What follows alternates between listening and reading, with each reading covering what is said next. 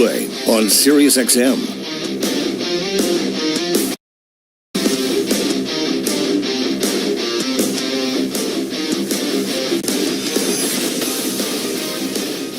Chris Tanev brings to the team. Mitch Marner can back that up. It's great with his stick, makes really good easy plays that are easy for us forwards to read and try to react off of. So he's been great. He just brings that steadiness back there, and like I said, he eats a lot of big shots, makes a lot of great plays with his stick. Kucherov has 7 goals already this season for Tampa, so the big question is, how do you stop him? Chris Tanev on that. He plays the game at his own pace, so I mean, he'll slow it down, he'll speed it up, we can't let him sort of dictate and control the game, and we got to try to take time and space away from him as much as we can. And the Leafs power play now 2 for 16. John Tavares, and what has to change? Being direct and taking what's there, not trying to do too much. I think like what Mitchie's saying, we're trying to be too cute. I think we take what's there, but continue to relax and play and make the reads that we see and trust one another. Welcome to Leafs Game Night live from Scotiabank Arena. Jim Taddy and Anthony Stewart reporting. Joe Bowen and Jimmy Ralph getting their accounts and descriptions in order. And Stu, when Tanev took that shot in the leg on Saturday night, had to be a bit concerning. He didn't start the third period, but came back and soldiered through it. But man, what an acquisition he is. 100%. And I'm sure there was a big gasp amongst Leaf Nation. But for players like myself who know that he's a warrior, we knew he'd be back a lot sooner than later. But again, just that commitment to defense. He worries about getting pucks out, just simplistic game. It's very, very contagious for other players on the team. So what an acquisition. And again, he's worth every penny so far for the Maple Leafs. So we got to go to the, I guess the developing story is that Vasileski is here. Saturday was Shesterkin in an opening night at Montreal Mountain Boat stopped 48. So clearly there's a Leaf team that can score, and then there's a Leaf team that runs into a piece of plywood, and maybe there's a piece of plywood on display tonight. Yes, well, we know Shesterkin and Vasileski are elite goaltenders, but I don't think they're superheroes, right? And I see a couple signs out in the crowd right now. I think it says Cabriolet, shoot. So I think that's the key, and that has sort of been the messaging throughout the coaching staff and the players. It's one thing just to shoot the puck on net. They need to get volume, but they need to get in the goalie's eyesight, make it tough for him to rotate and get through the crease, and just take his time and space away as much as you can. Yeah, I agree with that. In fact, Saturday's game reminded me of the opening night game in Montreal in that the goalie was on. So take his eyes away, do something, disrupt him. I mean, clearly the Rangers disrupted Stolarz. They hit him 3 times. Yeah, and equally impressive was Stolarz. And yes, he did lose the battle, but again, just every game he seemed to be getting more confidence in that crease. But kudos to the Maple Leafs and the system. I think it was this 3rd consecutive start where the New York Rangers only had 2 shots through the first 9-10 minutes of the first period. So when you're standing there and just sort of taking their time and space away, lets them get a groove in the game and really start fronting that puck. But again,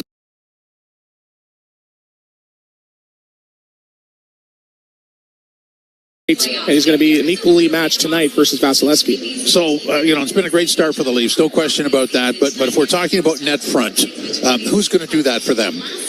For me, I'm looking for players like Bobby McMahon, but Matthew Knies, and he's a guy that's been doing it consistently. And if it was easy, anybody would do it. I think I'd be still playing in the league. I know I'm getting up there at 39 years old, but it's very, very difficult because you're looking at a team like the New York Rangers last game. They have 2, 3, 4 defensemen that are 6'3", 6'4". They have the length. They have the truculence in front. You get cross-checked. You get hard hits. It's very, very difficult to get there. And it's one thing just to stand there, but you got to get in the goalie's eyes, really rotate. So that's why they pay a premium for that, because if it was easy, anybody would do it. But I'm looking for guys like Knies, McMahon as well too. Robertson, he scored a lot of goals in the preseason, but a lot of them were off the rush, off the fly, off the flank. He's going to be looking for his first goal. It's going to be a dirty one in front of the net.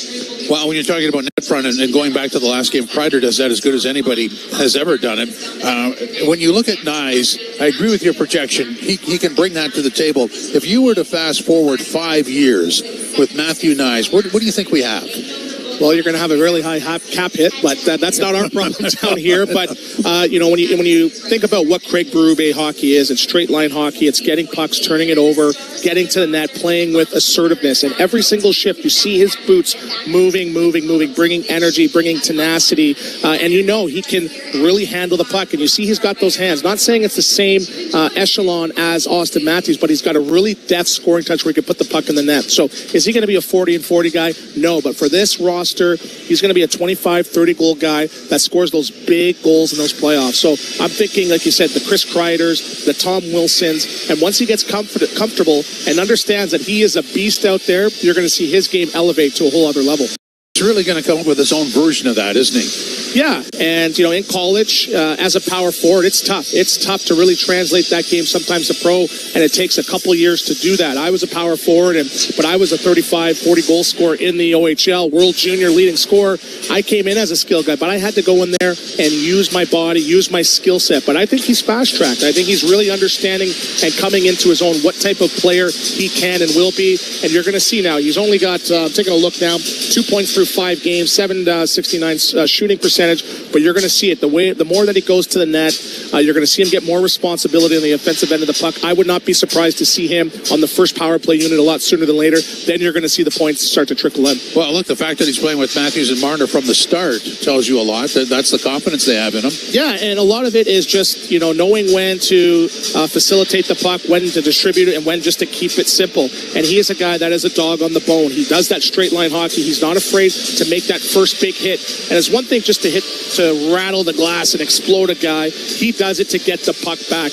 And we saw the stats last year, about 80-90% of the game being along the boards. He is elite in the National Hockey League, not just on this Maple Leafs team, elite in the National Hockey League with his board play, protecting it, twisting, turning, creating space to get a pass to the point. So just that simple straight line hockey. Once he figures out now that he has more time and space, you're going to see those points start to accumulate. Anthony Stolarz just led the Leafs out onto the ice. Tampa had been out for a couple of seconds, and so the pregame skate is underway. Pacioretty is in tonight. He sat for a couple of games, so he's out there to respond, isn't he?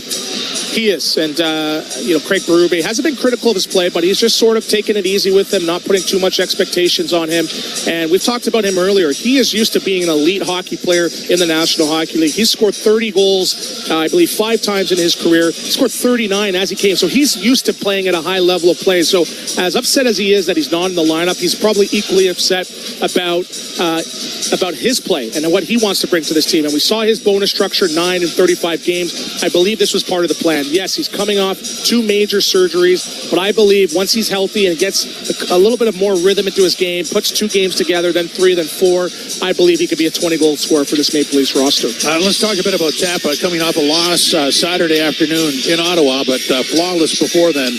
This team is, like a lot of past Stanley Cup champs, trying to get in under the cap and moving some people around. Stamkos out, Gensel in, Sergachev off, the blue line is up, but McDonough is back. So, some pretty good backfilling, I would say. Yes, and we know that there's been a hot topic in Toronto with the specialty teams not being special in Toronto, but it's equally as bad in Tampa Bay. The 28th worst power play in the league, and they're 25th in penalty kill. So I believe it's going to be a specialty teams battle right now. If I'm Toronto, I don't want to be taking 4, 5, 6 penalties, because regardless of their record, they have some lethal weapons that can make some big plays. You got the big bomb up the top with Victor Hedman. You got Kucherov, who has that slap pass, cross seam down pat. You got Braden Point as well too. So yes, they're missing the big shot with Stamkos on the left flank there too, but this team is not really that different from last year, and they are, when I think it's all said and done, going to be a contender in that division. Well, I mean, if you're killing a penalty, you better know where Kucherov is. I hope so, or you're going to be up here with me in a couple of years talking about it. Oh, a new co-host. How exciting. Yes, guy. Yeah. And we talked about this off the top, but, I think that it's easy to criticize from up here, but when the Leafs run into that goaltender, they seem to be fine-tuning instead of jamming the net.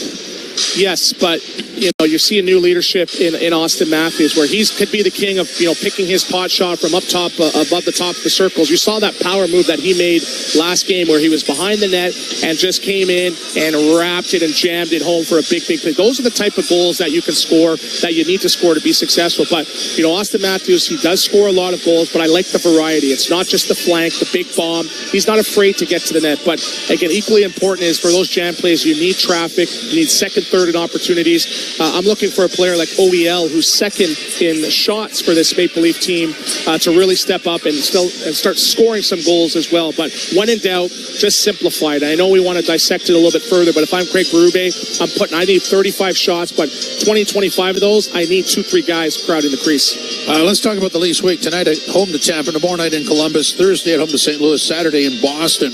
And after last week's luxurious 2 games in 7 days, it gets busy now. It does, but welcome to the National Hockey League too, and what that does is with that break time, we're hearing some whispers about Joseph Woll potentially coming back and, from that groin tightness right now, so that adds probably a little bit confidence to this Maple Leafs roster. But for me as a player, I enjoyed getting out on the road. I liked maybe trying the restaurants and going out and having some good downtime with the guys and not have to worry about tickets every single night.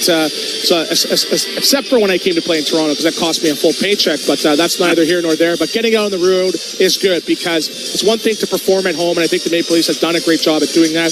You got to go out and have some statement wins just to build on your confidence and building on taking the next step as a group. I would suggest to you that the 4 games and it'll be 6 nights is nice, just because you're busy and you've got something to sort of pull you forward as opposed to sitting around and thinking about things. Yeah, but what it does too is, there's going to be, like you said, a lot of games in a short period of time. It gives you time to see what you have in your roster. So Ryan Reeves is out tonight. I'm sure you're going to see him back in the lineup.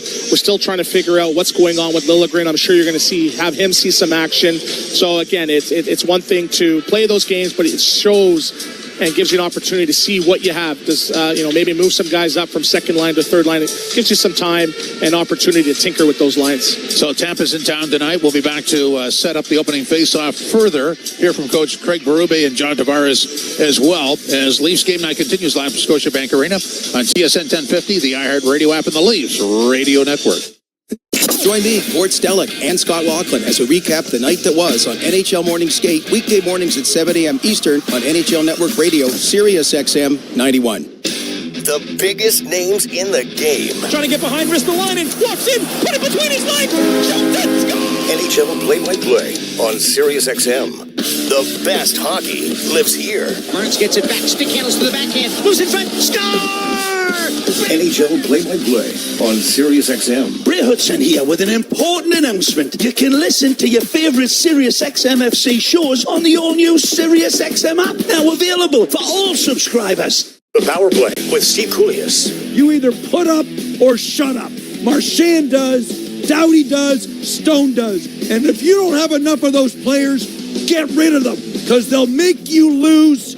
They'll frustrate the fan base. I want people that are with me, rowing in the same direction. And if you can't, get out of town. We'll find someone who can. The Power Play. Weekdays 3 p.m. Eastern on NHL Network Radio, Sirius XM 91, and the Sirius XM app.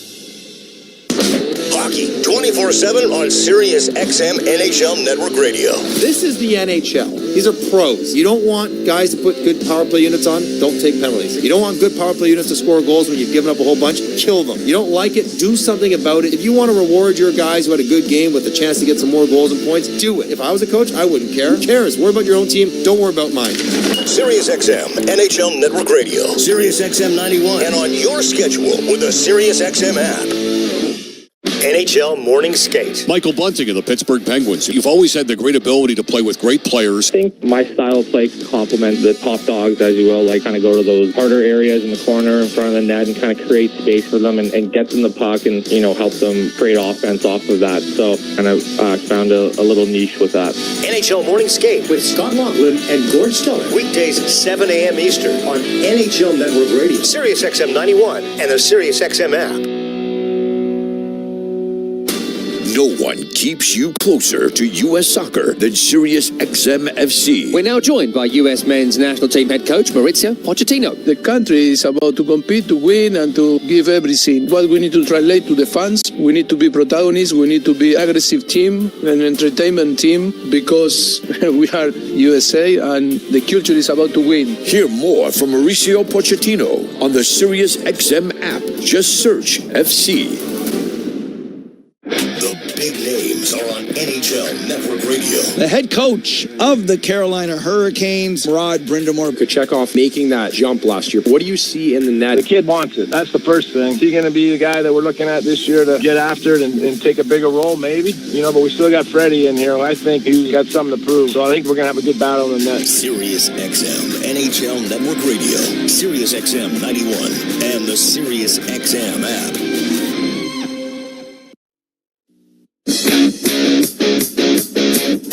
Live from Scotiabank Arena, Jim Taddy and Anthony Stewart with you. Tampa Bay Lightning in town. The Lightning hit Toronto after a loss Saturday in Ottawa against the Senators. The Leafs, of course, losing to the Rangers right here at Scotiabank Arena on Saturday night. Coach's comments brought to you by Honda. Score a $50 Honda bonus on the CR-V LX. Conditions apply. Visit HondaOntario.com for further details. Here's Coach Craig Berube on how to contain Kucherov. Trying to take away his options the best we can and pressure him. Lincoln, we got to be hard on our skill tonight. That's the big. That's probably the best way to approach it. In saying that, he's an elite player. He's going to make plays. You're going from Shesterkin to probably Vasileski. Is there a tougher back-to-back in terms of facing goalies? Well, they're both really good. We had plenty of opportunities last game. Like I said, I thought that we missed a net at crucial times last game. Could have made a difference, and we can do a better job of creating second and third opportunities around the net and more scrums and things like that, and get some dirty goals on these guys. That's how you have to approach it. With Willie a couple times this game. What do you see his game at? Right? Well, it's pretty good. I mean, he's getting a lot of chances, and he's doing a pretty good job. I talked to Willie daily about just little things and the things he can do better, and defensively and without the puck and things like that. Just trying to, again, try to get him better in certain areas, like a lot of players. Marley, they're off to a great start. Have you had a chance to see them live? Not live, but I keep track of it, and it's great to see they're doing well. Their goalie's playing well for them, and they got a good team right now. Right after coaching in the Central all those years, I'm wondering how you've adjusted to Atlantic Division life, or is it all one and the same in this league now? Yeah, I think that the East in general is a little bit more of a transition league here, a little bit quicker than the West. West, I always viewed it as a little bit more heavier and more of a territorial game, in the D zone and the offensive zone. Here's, a lot of quick players out East here, a lot of quick transition plays, and so got to be ready. Coach Craig Berube on what to look out for. You kind of like the fact that it's Shesterkin Saturday, and tonight it's Vasileski, and Saturday it's in Boston. I mean, this is a good series of games to really drive home the defensive responsibility and structure. Yeah, and you talked about Nikita Kucherov. It's almost similar to, Steph Curry in basketball. If he's struggling to hit that three-pointer, what you don't want to do is give him 20 opportunities, because eventually they're going to start going in. So the same thing here. Don't give Kucherov too many looks. He looks like he's trending towards the exact same season he did last year and having 144 points amongst the lead leaguers. So, again, I think you let them sleep a little bit. Specialty teams have been sleeping. So if I'm Craig Berube, I'm talking about discipline. I'm putting a big D on the board. You got to keep it simple, but you got to have discipline. But right now you have a chance, after last game really struggling to get to the front of the net, really quieting the coach. You want to keep the coach quiet, because what you don't want now is him crying about the same things going into November and December. Get those habits out early, those positive and negative habits, and find a way now just to continue to grow, because those certain things that you shore up early on in the season become a habit, and those positive habits lead to more wins in today's league. Well, look, in the two games that we talked about, the opening game, the 48 saves by Montreal, and the game Saturday, no power play goals. I mean, even one would have changed the outcome of either one of those games, really. Yeah, and Craig Berube talked about that being the difference maker in that third period, getting that power play. That gets you back into the game. And then now, I want to see a little bit more urgency on that 6-on-5. We've seen that. Yes, they scored a leading game-tying goals last year, but sometimes they get a little bit complacent and a little bit fancy, and we saw a turnover leading to the goal last game on that 6-on-5. So the easiest thing to do is shoot the puck.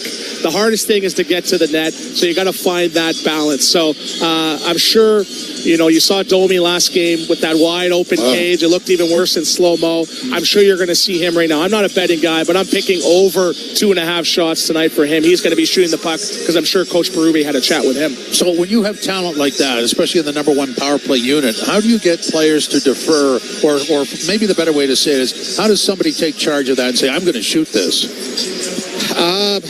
I think it starts with the quarterback, and right now it's Ekman Larsson, and I think for him, he's new to this team, so I'm sure he's deferring to some of the superstars, and, I remember playing with, the Eric Stahls and the Olli Jokinens and, some top players, so you're naturally deferred to him, but I think they want to learn from him as well. He's a Stanley Cup champion, so I think he's got to take it upon himself, saying, you know what, I'm going to be the guy that's going to be the go-to play option here and just start firing pucks. So when that happens, it's going to now force those guys to be ready in front of the net. But what I want to see with this group now on those puck retrievals, a lot of one-and-done plays. So I think pound the puck, but be ready if it misses or it's tipped and it goes in the corner to retrieve those pucks. So it's tough when you have a bunch of superstars that can make the seam passes. They can do the Michigans. They can really, dipsy doodle out there. But when you want to be successful, when the going gets tough, when the penalties are few and far between game 60 to 80, that's the power plays that aren't afraid to revert to the simplicity. Those are the ones that are most successful in the league. So let's go back to the way you described that. I mean, OEL has won a Stanley Cup. He's a mature veteran hockey player. He's a good hockey player, and he fits really well in this team. And yet, when he's on the power play, and this is a hockey thing, he would defer to guys who are already here. Yeah, but it's when you have a guy on the one flank that can score 70 goals, which is the generational goal scorer, you can have the whatever mindset you have, but just in your core being, you're like, I got to get the puck to this guy because more times than not, it's going to the net. But what I like about it, too, is with Matthews in years past, he might be on the flank, he might be in front of the net. Sometimes we saw him behind the net in preseason. I'm sure they're going to start tinkering with things, too. So OEL is that number one point option, too. But I want to see Marner shoot the puck. He's a guy that you saw, he's got that quick release, he can put it in. But I think it's got to be a system, but a culture, something instilled into your culture. And you'll start seeing that game 10 to 15 to 20. So they're too talented. But right now, it's now a new system, a new state of mind, and it's going to take some time to implement it. All right, let's talk about the Tampa Blue Line, which we haven't. And this is John Tavares on what Hedman brings to the table. Yeah, Victor's had an unbelievable career, obviously, so he's taking that responsibility on there, and obviously we know what kind of player he is and the way he can impact the game, so anytime you play against him, you have to be aware of those things and make it difficult on him. Feels like Stamkos is usually front and center for these games over the years, coming home. How strange is it to get ready for a Leafs Lightning game without Stamkos on the other side? Yeah, it's definitely different. Obviously what he accomplished there, starting there and everything he's done. So nature of the sport and the business. So all we can do is go out there and prepare and for us to be ready and know who their lineup is and what we got to do to be at our best and to make it difficult on them, but certainly be a little different. Mitch was just saying maybe a bit too cute at times on the power play in the past. What's your sense of the unit? Get some work in this morning going into tonight's game. Yeah, just got to execute. I think just relax and play. Understand the urgency and the level that we need to be at. But I think just continue to go out there and play and not get too uptight. But certainly, I think being direct and taking what's there, not trying to do too much. I think like what Mitchie's saying, we're trying to be too cute. I think we take what's there, but continue to relax and play and make the reads that we see and trust one another. You guys, energy fully back on? Yeah, I would say really starting to kind of get back in the swing of things. It was a real difficult illness I had there for a few days, so take some time to kind of rev things back up. Had the benefit a little bit. We were home all week, obviously a couple days in between games, so good for me. On me to get back into the rhythm that I think that developed over a training camp and the start of the season. So looking to build on the energy that I've been able to recoup here. You guys go from Shesterkin to probably Vasileski. Is there a tougher back-to-back against any goalies in the league? I think you got to embrace the challenge. I think it's playing in the NHL, playing against the best goalies. I think it's a great opportunity and a great challenge. And for us, you got to enjoy that, got to relish that, knowing the challenge that they present in the net, what makes them elite at what they do, and their skill set and as goaltenders. So obviously seen him a lot over the years, but you're talking about the most proven goalie in the league probably. So we know the challenge that he presents, so we got to make it hard on him and look forward to it. Well, we'll see. Let's talk about that blue line. Sergachev out, traded to the then Coyotes and now Utah Hockey Club. That was shocking to me, but they backfilled with McDonough. And so Hedman and Moser was one of the guys that came over in the Coyotes trade. That blue line is as tough as it's ever been, isn't it? It has. I don't think it has the depth, but there's some cap casualties, and Sergachev has been one of those. But you're able to make those moves and bring in McDonough, but really sacrifice some numbers because of Victor Hedman. And if you look up number one defenseman in the dictionary, it's going to be his 6'5" base taking a look right back at you. And this was a player, I remember his first couple games into the league, and I was looking for someone to intimidate and maybe take their lunch money, and he was one of those guys. And I gave him the Ritz in front of the net. And he looked at me as a rookie, 10, 20 games in the league, and said, try me. So since he came into the league, he knew exactly who he was, confident, great two-way defenseman. He has the big bomb from the point. So if I'm Toronto, I got to find a way to get him turning, because what happens now when you're logging 24, 25 minutes a night, you're tired. If you're tired now having to go on puck retrievals, and every time you get a bump, you're going to tire out second, third period. So he's an elite defenseman. Can you shut him down? No. You can slow him down. If I'm Toronto, that's the game plan tonight. Oh, he's a big lug, isn't he? He is, and I saw him a couple of years ago at one of the network studios, and I put on a couple pounds since I retired, believe it or not, and he looks like a Viking. And I saw him, but he didn't see me, but I didn't want him to remember that time, so I actually hid and took the scenic route to where I wanted to go, because that's how intimidating he was 10, 15 years later. But I think he's going to go down as a Hall of Fame defenseman, a couple more cups if that's the case. But again, true number one defenseman, and it's been a pleasure to watch now on the broadcasting side, but an honor to play against him. Well, a guy like that, it always struck me as they have their sort of aura around them. Shea Weber was a guy that, if he hits you, guess what? There's a 10-feet radius around him that he's on, he's hitting, stay away from him. I don't know what the aura would be for Hedman, but he can do so many things offensively that you just don't want to let him build strength. He's a champion, and that's, I think, the best compliment you can give a defenseman. And, there's the Cale Makars of the world, but, if I'm building an organization and I have to pick first overall, I'm picking a Victor Hedman type defenseman, a Shea Weber type defenseman, where they can play the power play, they lead you in penalty kill, they play offense, they play defense. He's not necessarily the most high octane, fanciest defenseman, but just his size, how much ice he takes up, his smarts, whatever school of hockey he's come from. If I'm a young player, it's great to be the Makars and it's great to be the Quinn Hugheses. Watch a Victor Hedman, and yes, being 6'6" makes it a lot easier out there, but it's non-physical attributes that makes him elite. How many years later, I think it's 15 years in the league, to be able to now play at a high level, put up 50, 60 points, just shows what type of player he is, not just on the ice, but off the ice as well. Well, we'll set up the opening faceoff for you next. Timmins is back in again, so that's another storyline we'll develop with Liljegren not playing tonight. Pacioretty is back in. We'll go through the lines for you. Reeves is out. Tampa is here. Vasileski is here. A continuation of the game Saturday against the Rangers. Well, we're going to see. We'll set up the opening faceoff for you next. Leafs Game Night live from Scotiabank Arena, TSN 1050, the iHeartRadio app, and the Leafs Radio Network.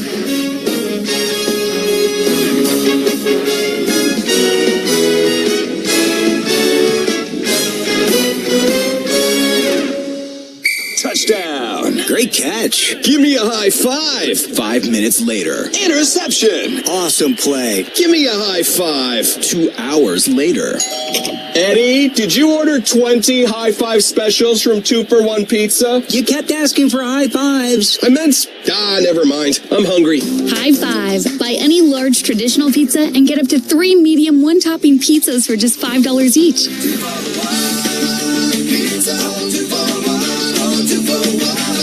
For a limited time, switch to Shopify Point of Sale, and you could save up to 20% and improve your bottom line. Shopify is so serious about savings. They've made this commercial 20% shorter. That means you get 6 seconds back. Here it is.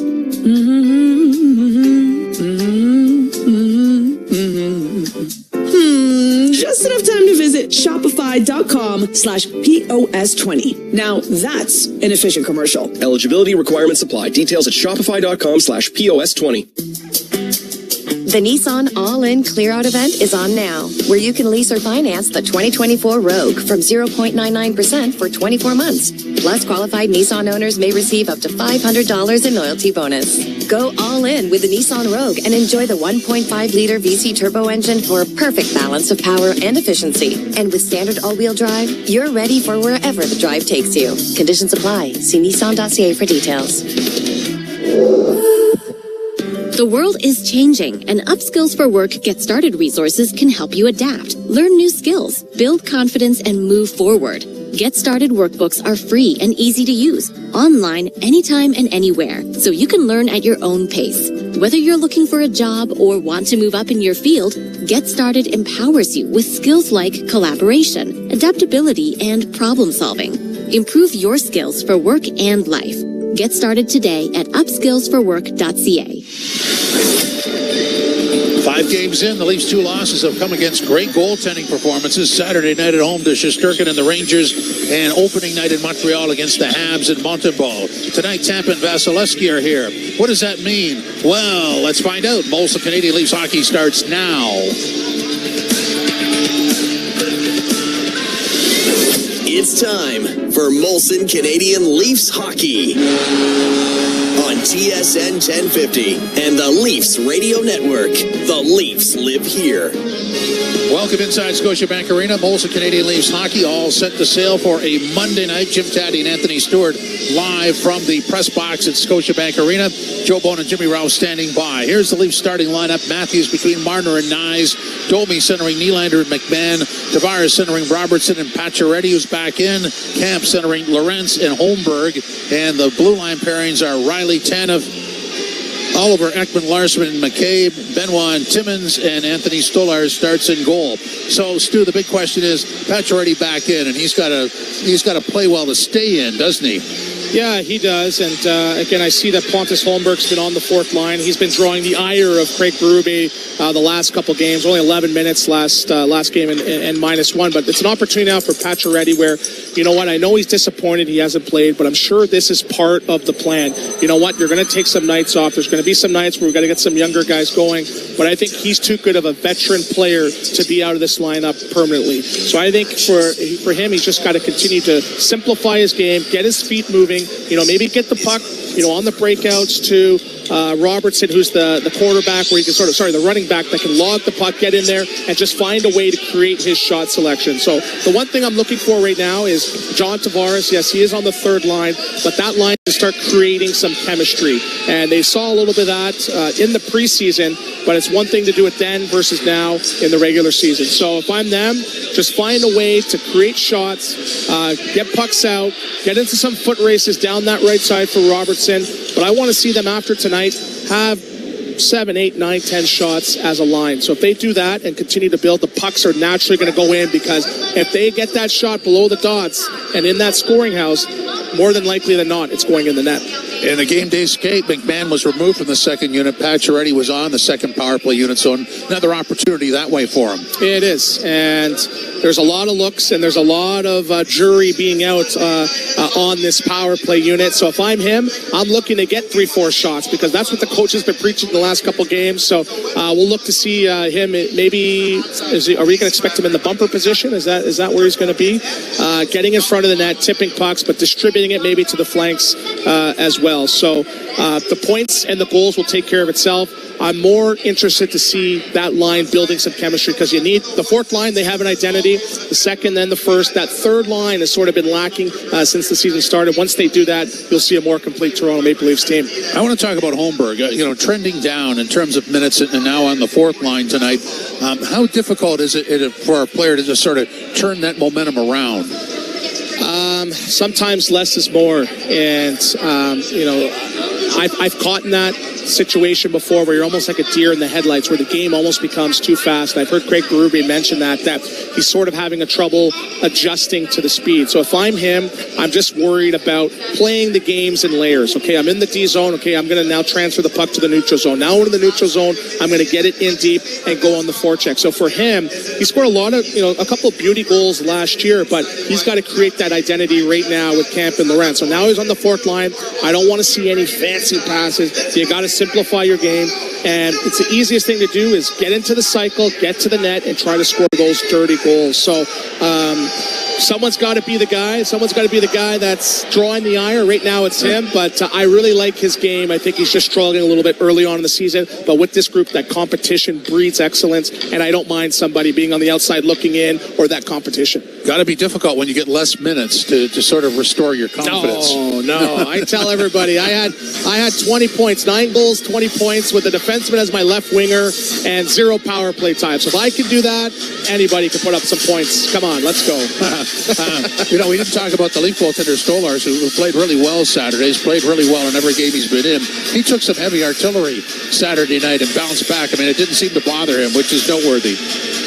I try to find adjectives on what he looks like. He looks like a transformer. Like he's just a huge guy in that crease. And I feel sorry for some of the shorter goalies out there, because he's showing that, with the size, it's very tough to beat him. You really have to pick that corner or really crash that net. It just seems that he's just so calm, cool, collected. He's square to the puck, and it's not him making the save. It's just him in position and the puck almost just hitting him. So that coupled with the defensive system, I'm not saying he's unbeatable, but it's very, very tough to build, to beat him. And it's just building confidence on the back end in the system, because when push comes to shove, I think defense wins you some championships, and it starts with goaltending. And he's shown so far through 5-6 games that he could be the guy. Well, look, we talked a bit about net front and pressure down low in the earlier part of the pregame. The fact of the matter is that's exactly what the Rangers did to Stolarz. It didn't really benefit them, but they got in his kitchen, if you will. They didn't score in any of those goals, but they did get under his skin, and the Leafs did not do that to Shesterkin. So they have to find a way to block Vasileski. And they know, because they played him in the playoffs, they did take his eyes away times. Yeah, and that's one of the things I dreaded with some of the time in between games, where you just do video and video and video. So it's almost now, it's like, okay, you've done enough video now. It's just time to go out there and perform. And you saw Lafreniere's goal the other night too. It was a shot and a rebound coming across the crease. You got to get the goalie moving, but you got to take his eyes away. And that's what Craig Berube says. We got to take their eyes away. We got to make it more difficult for them to see pucks. So if I'll see it after the first period to see how much movement Vasileski is doing. He's one of those guys that's usually square, but if I see him trying to search for that puck above bodies, that's showing Toronto has learned from last game now, and they're starting to implement what Craig Berube is teaching.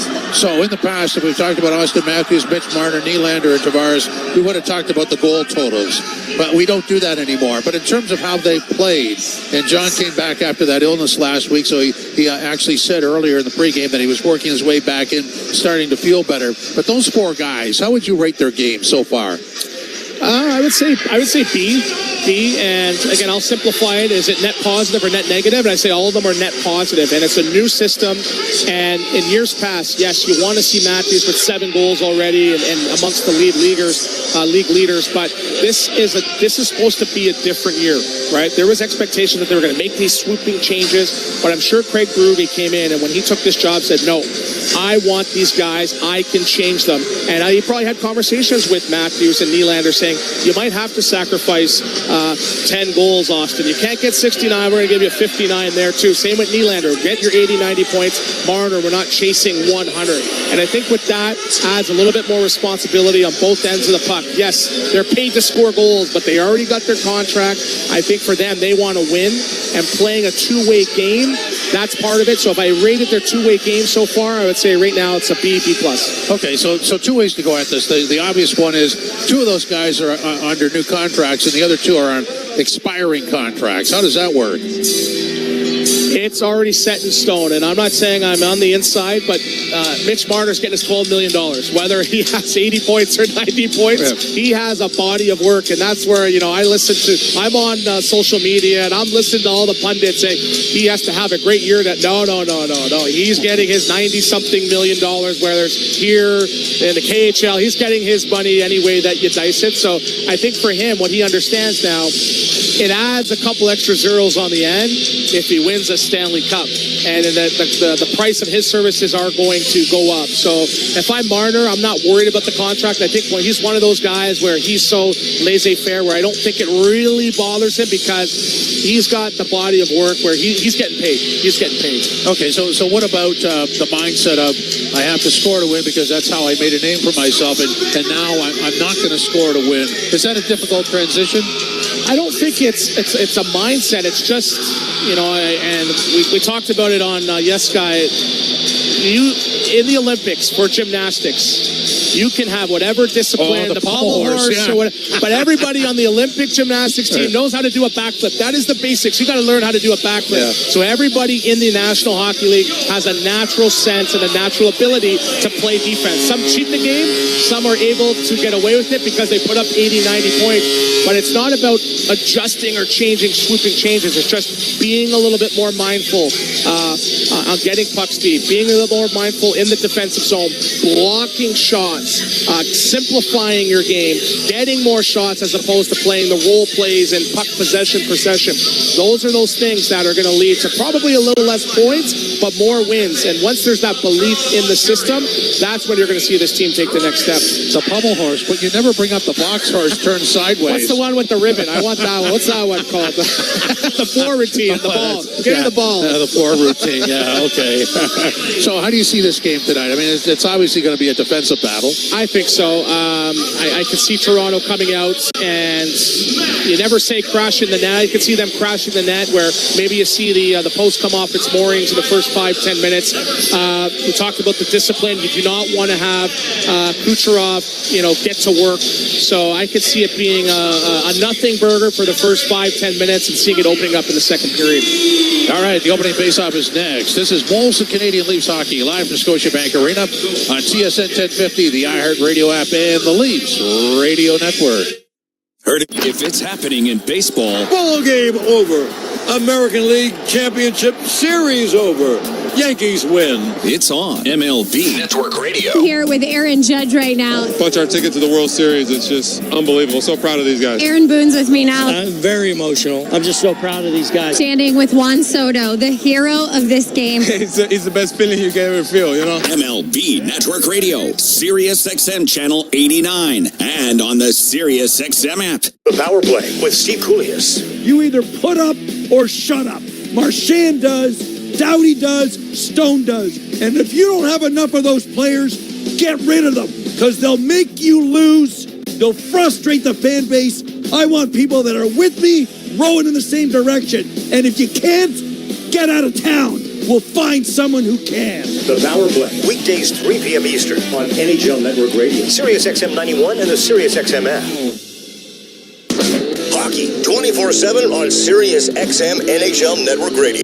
This is the NHL. These are pros. You don't want guys to put good power play units on, don't take penalties. You don't want good power play units to score goals when you've given up a whole bunch, kill them. You don't like it, do something about it. If you want to reward your guys who had a good game with a chance to get some more goals and points, do it. If I was a coach, I wouldn't care. Who cares? Worry about your own team. Don't worry about mine. Sirius XM, NHL Network Radio, Sirius XM 91, and on your schedule with the Sirius XM app. NHL Morning Skate. Michael Bunting of the Pittsburgh Penguins. You've always had the great ability to play with great players. I think my style of play complements the top dogs, as you will, like kind of go to those harder areas in the corner in front of the net and kind of create space for them and get them the puck and, help them create offense off of that. So kind of found a little niche with that. NHL Morning Skate with Scott Laughlin and Gord Stolarz. Weekdays 7 a.m. Eastern on NHL Network Radio, Sirius XM 91, and the Sirius XM app. From in the crease to in the locker room, Flyers defenseman Travis Sanheim. Is it a rebuild type thing? Is it definitely a playoff team in your mind? I think last season, I don't know if anyone in our room was saying rebuild. We thought that we could surprise some teams, and I think we did that. A lot of guys that are coming back, and then obviously adding meat stuff is going to be huge. So, we're looking forward to getting started and see if we can build off of last season. Sirius XM, NHL Network Radio, Sirius XM 91, and on your schedule with the Sirius XM app. No one keeps you closer to U.S. soccer than Sirius XM FC. We're now joined by U.S. men's national team head coach Mauricio Pochettino. The country is about to compete, to win, and to give everything. What we need to translate to the fans, we need to be protagonists, we need to be aggressive team, an entertainment team, because we are USA and the culture is about to win. Hear more from Mauricio Pochettino on the Sirius XM app. Just search FC.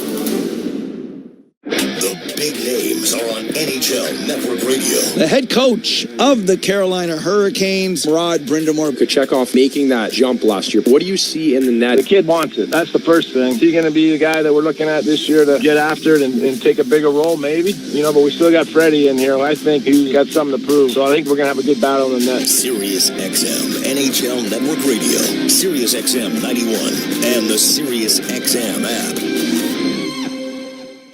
The biggest names in the game. Trying to get behind Ristolainen, walks in, put it between his legs, shoots it, score! NHL play-by-play on Sirius XM.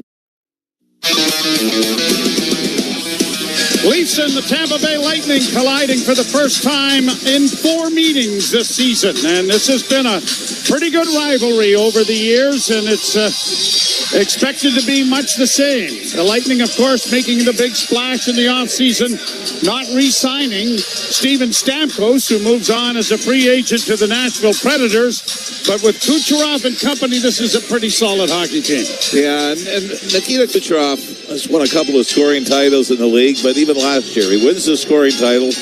Only the, 5th player in NHL history to record 100 assists, and still is not a winner of the Hart Trophy. But I tell you, he's one of my sneaky favorites of the National Hockey League skill. Here the Leafs as the puck is down in the Toronto zone. Glad you're along with us. We may have a few more extra people listening tonight as it's brought out at center ice to the left wing side for Domi. Domi trying to cut to the net, but it was knocked away from him, and it comes up on the far wing, and now the Lightning are out at center ice, working in over the line. And a shot deflects wide of the goal is trying to get to the net there was Cirelli. Leafs counter with Nylander. Gets to the line, but had it knocked off his stick by Hedman. Hedman goes down with the puck underneath him, and it's cleared around back of the net. Matthews attempting to steer it free, but can't. Now back along the boards. It comes to Matthews in front of the net, and a little toe drag move. He couldn't get around the last defender. Kept alive and brought down into the Toronto zone and shot in wide of the net. Hustling in there after it was Jake Gunsel. And the Leafs are going to play it out at center to Marner, who tips it ahead. Matthews carries in over the line. Dropping for Knies. Knies to Marner. He's in alone. And that was stopped. The rebound is still free in front of the goal. It comes back to the point. Holding now, and a shot is off a leg and back to the near side. Ekman Larson pumps it back in. Marner trying to get it back to the net for Knies. Knies curls out of the corner, reverses his field, centers in front, a shot, and that is stopped by Vasileski, but the Leafs have had some good pressure here. Played around the boards and back off the bench. Just getting there in time to keep it in was Connor Timmins. Benoit playing it around back of the net. Robertson trying to chase down Moser, and now it is played off the boards to the line, but still not out. Kept alive by Pacioretty. Pacioretty around back of the net, too far for Robertson. Robertson gets a drop pass then from Timmins. Near side Benoit. His shot went off a skate and went harmlessly wide. Centering pass doesn't connect. It comes back to Benoit, and his drifting shot went well wide. Cleared out at center ice by Tampa, who are in desperate need of a change. Leafs trying to take advantage of that. Here's Tavares rolling it in front of the net. Pacioretty couldn't get his stick on it. Pacioretty in the corner with Tavares. They battle. The puck squirts free. And the Lightning will get it out at center ice. Geeky in over the line. Broken up there. Grabbed by Robertson. Fed back the other way for Tavares. He'll get to the red line, shooting it in. And hustling in there after it on his Holmberg. He gets a hit into the corner. The puck comes free. And the Lightning will get it out at center. Geekie will send it in. Round back of the net. Holmberg on the left wing. Gets to center. Banking it in to the zone. Lorentz got in there after it, trying to play it in front of the net. Around back of the goal for Lorentz. Lorentz double teamed in the far corner. Gets it back to the net, but there's Camp stealing it back. Only to have it restored by Ryan McDonough. McDonough just flipping it now high down into the Toronto end. Pretty good start for the Maple Leafs. Only the one shot on goal making it through, but they have certainly had the territorial advantage. It's got to be at least 5 that they threw towards the net if they didn't get to Vasileski. Played in over the line, broken up there by Nylander. Fed ahead to the line, but not in. And the Leafs have to go back to their own blue line, and now Domi flips it into the far corner. Kucherov playing it to the line, knocked back by Domi. Kucherov again sends it through center ice. And the Leafs have it once more at the red line, and it is Morgan Riley pumping it right back into the zone. Domi down into the corner. Back of the net for McMahon. Got it in front of the net for Nylander, who scores! Willie Nylander set up with some great forechecking and a centering pass from Bobby McMahon. And the Leafs have the opening goal. Already number 4 for Willie Nylander. You'll remember he was robbed by Igor Shesterkin in the third period of the game against the Rangers. And now, similar spot on the ice. Between the hash marks, pass came from the left of Vasileski below the goal line out to the hash marks, and Nylander's one-timer beats the Tampa goaltender, and for Nylander, it is not his first against Vasileski. That is number 9 in his career against the Vezina Trophy winner. Played around the boards.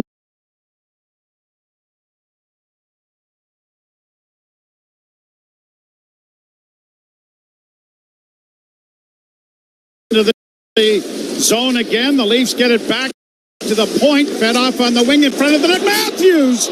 Oh, and that went off the shoulder of Vasileski. Matthews in the far corner. Back into the slot for Marner. Marner just keeping it in and around back of the net it'll go. Knies unable to reach it in time. Down the boards, though, is Ekman Larson keeping it alive. And the Lightning just play it out at center ice. And it'll go back into the Toronto zone where Jake McCabe hustles to it. Being chased hard there by Brandon Hagel. The puck comes into the near corner. Sent back of the net. And after it goes Choppy, who plays it around back of the net.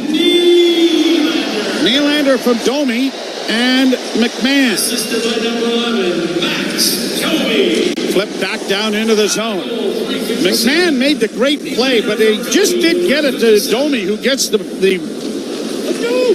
primary assist on the goal. For Domi, that's his 6th assist on the season. Leafs forced back into their own zone. Connor Timmins, whoa, blew a tire and went nose first into the inboards. He's back on his skates and okay, but could have been dangerous. Now here's Pacioretty, sliding it back into the right wing corner. Goes, oh, and a big hit there by the veteran as he takes the defenseman to the boards heavily. Puck along the boards out at center ice. Pacioretty sending it back. Pacioretty out of the lineup for a couple of games. And then Pontus Holmberg came in for a little criticism from the coach, too. Subtle little things. Here's a loose puck in front, and a shot is off the side of the goal. Leafs are buzzing here and leading 1-0. Was it subtle or not so subtle? I don't think it was very subtle. Yeah. Shot goes off a leg. That hit by Pacioretty, it's like he said, if I'm in for Ryan Reaves, yep, you got it. You got it. I'm going to be physical. Lightning get it in over the line with a long shot that Stolarz makes the save on. And that was part of the starting lineup that was brought to you by Molson, the official beer sponsor of the Toronto Maple Leafs. And the starters have come out and played well here in the early going. McMahon, lead pass at center that didn't reach Nylander. Brought back in by the Lightning, and down into the corner goes Geekie. He can't come up with it. The Leafs have played it out and down the ice, but no icing. Changes coming here as we approach 7 minutes played in the first period. What's funny for Anthony Stolarz is his goals against average is actually better in losses than it has been in wins this year. Here's Kucherov centering in front of the goal. It comes back to the point. Moser with a shot that is swallowed up by Stolarz and held for a face-off coming in the Toronto zone. And the face-off is brought to you by Alpine Credits. If you own your own home and need a loan, Alpine Credits can help. Get approved at alpinecredits.ca. It is a 1-0 Toronto lead. You're listening to Molson Leaf Hockey on TSN 1050 and the Maple Leafs Radio Network. I'm Billy Joel. We've got stories about my songs and lots more on the Billy Joel channel. Now, for a limited time, I lit the keys of a piano on fire during one of our club gigs that we did in the early 70s. I had some lighter fluid, and I said, what the hell? The Billy Joel channel. exclusively on Sirius XM Channel 17, everywhere on the Sirius XM app. The Power Play with Steve Koulias. You either put up or shut up. Marchand does, Doughty does, Stone does. And if you don't have enough of those players, get rid of them, because they'll make you lose. They'll frustrate the fan base. I want people that are with me, rowing in the same direction. And if you can't, get out of town. We'll find someone who can. The Power Play. Weekdays 3 p.m. Eastern on NHL Network Radio, Sirius XM 91, and the Sirius XM app. No one keeps you closer to U.S. soccer than Sirius XM FC. We're now joined by U.S. men's national team head coach Mauricio Pochettino. The country is about to compete, to win, and to give everything. What we need to translate to the fans, we need to be protagonists, we need to be aggressive team, an entertainment team, because we are USA and the culture is about to win. Hear more from Mauricio Pochettino on the Sirius XM app. Just search FC. The biggest names in the game. Trying to get behind Ristolainen, walks in, put it between his legs, shoots it, score! NHL play-by-play on Sirius XM. Face-off coming in the Toronto zone. Nylander's fourth from Domi and McMahon at 3:57 has the Leafs out in front. 1-0. By the way, first assist of the year for Bobby McMahon as Willie Nylander is now past his line mate for the team lead in goals. Nylander 4. We've got McMahon with 3 and Austin Matthews and John Tavares with a couple each. Leafs are 2-0 when they have scored the opening goal of the game. Knies carries down into the offensive zone, had it taken away by Giannis Moser, and the Lightning get it back out into the center ice area. Fed to an open wing. Marner trying to get there in time, but Hedman got there with the long reach. The Lightning will backhand it out into neutral ice, and it's chipped now down into the Toronto zone. Ekman-Larsson around on the boards. Marner trying to bank it to the blue line, but had it cut off. Here the Lightning into the slot, a shot, and Kucherov had his shot kicked away by Stolarz. Kept alive on the boards by Point. Point works back to the blue line, sends it back along for Kucherov. Kucherov has it taken away, and out come the Leafs now with Knies. Knies in over the line, trying to get it in with a shot, and Matthews was stopped there by Vasileski. Kucherov lay on the ice for a while trying to convince the officials of a penalty. None was coming. Now, in his personality, there's going to be a spear behind the play coming pretty soon. Now Riley in across the line, left wing side, sends it around into the Lightning zone. Cut off back in the far corner. Chernik gets it up on the wing, and out come the Lightning to center as it's backhanded by Choppy and over the line. Leafs intercept, send it back the other way, but icing is waved off by the linesman. Lightning have to restore it, and will get it off a stick, and it's going to slide down into the Leaf band without icing. Or no, I am corrected. It is whistled down for an icing, and so we can tell you, Kendrick Nicholson and Brandon Blandina, the referees, Travis Gullitz and Mark Shuchuk are the linesmen this evening. I mean, it's funny, the Leafs and Tampa very similar. 5-on-5, both teams came in 2 for 16 in the power play, which you realize that Tampa's got to adjust without that shot of Steven Stamkos. Both teams, Leafs are 3 for 20 in the penalty kill. Tampa 4 for 15, or have killed off 11 of 15. Bouncing puck comes in front of the goal as it's pushed to the line. Timmins is able to corral it. Timmins dropping it off for Domi. Back along the boards for McMahon. McMahon tries to send it in a little deeper, but it's cut off by Ryan McDonough. And the Lightning will get it around on the boards to center and send a left wing pass that is intercepted by McMahon. Drop pass now for Nylander and a shot from an angle. Big rebound laying in front of the goal, but neither McMahon nor Domi could get to it. It comes to the point. Ekman Larsson into the slot area for Nylander. He curls on the near half board, sends it towards the front of the net. Trying to extricate his stick there was McMahon, but I think there were more than two hands on the stick there at that point. Now the wraparound attempt going the other way was knocked away by Stolarz. Looked like the Lightning player was about to celebrate, wasn't it? Looked like he had the room on the far side of the wraparound. Camp back in the Toronto zone. Takes the puck back to the goal. Drops it off now for Ekman Larsson. Oliver Ekman Larsson. Ahead for Morgan Riley. Bank pass tipped in by Pontus Holmberg. Camp was ridden off the forecheck. The puck comes along the boards, kept in by Riley. He feeds it to the far side. Lightning are going to come away with it, and they'll get it up on the wing. And Atkinson gets it out for them, and it is shot into the Toronto zone by Nick Paul. 1-0 Toronto. A goal from Willie Nylander. Lightning back in their own zone. Chernik sends it up on the wing, and it is shot in over the line now by Atkinson. Leafs are able to come away with it.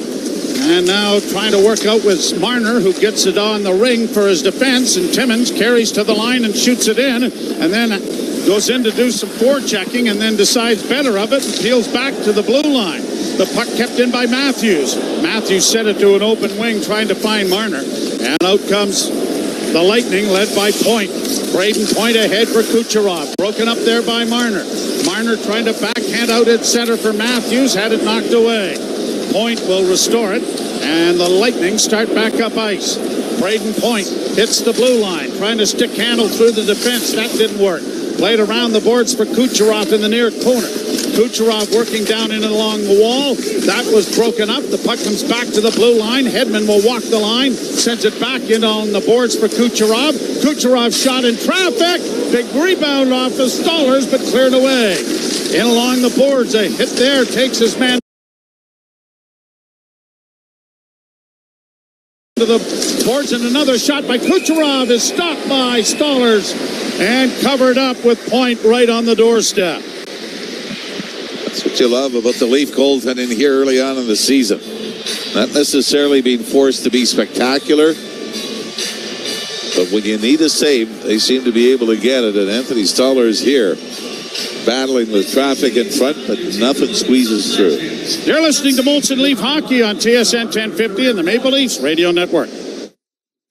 Alpine News Network is here live with one of our superheroes. Joe and Lucy needed a new roof and reached out to Alpine Credits. I flew over to help them with a home renovation loan. I suggested they transform their house into a giant robot head, beams that shoot from the eyes. Pew, pew. Instead, they just went with shingles. But it's pretty glorious. Own your home? Need a loan? Alpine Credits can help. Alpine Credits, where homeowners get approved. Just for license 12616. From the biggest stadiums to the coziest holes in the wall. From house parties to porch hangs to pride celebrations. From your favorite fuss shop to your local Indian spot. From noodle bars to sports bars to salsa bars. There's a Molson with your name on it. Canadian Ultra XL. Molson. Everyone in. Must be legal drinking age. Getting my Honda CR-V has opened the door to adventure. With Econ Mode to maximize fuel efficiency, I'm free to explore. And with tons of cargo space, it's easy to pack for getaways. My dog, camping gear. It's like I've discovered a wild, adventurous side of me. Alice is excited too. Lease the CR-V LX two-wheel drive from $99 weekly at 2.99% APR for 28 months with $2,000 down. Offer includes $1,500 lease bonus. OAC conditions apply. See HondaOntario.com.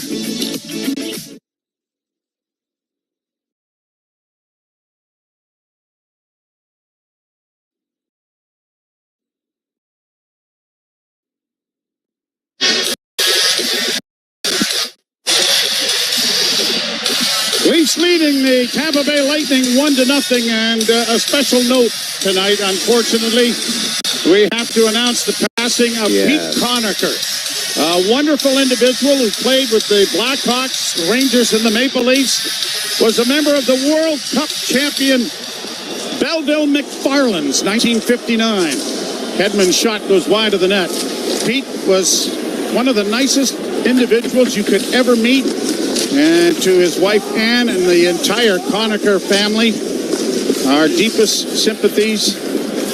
What a tremendous individual he was. And I mean, we talked about losing Ronnie Ellis before that as well. You talk about two guys that were just outstanding people. Yep. Played by Hedman around back of the net. Leafs unable to get to it. A centering pass into a crowd. Dug out there by Robertson, and he makes a pretty good play to get it out.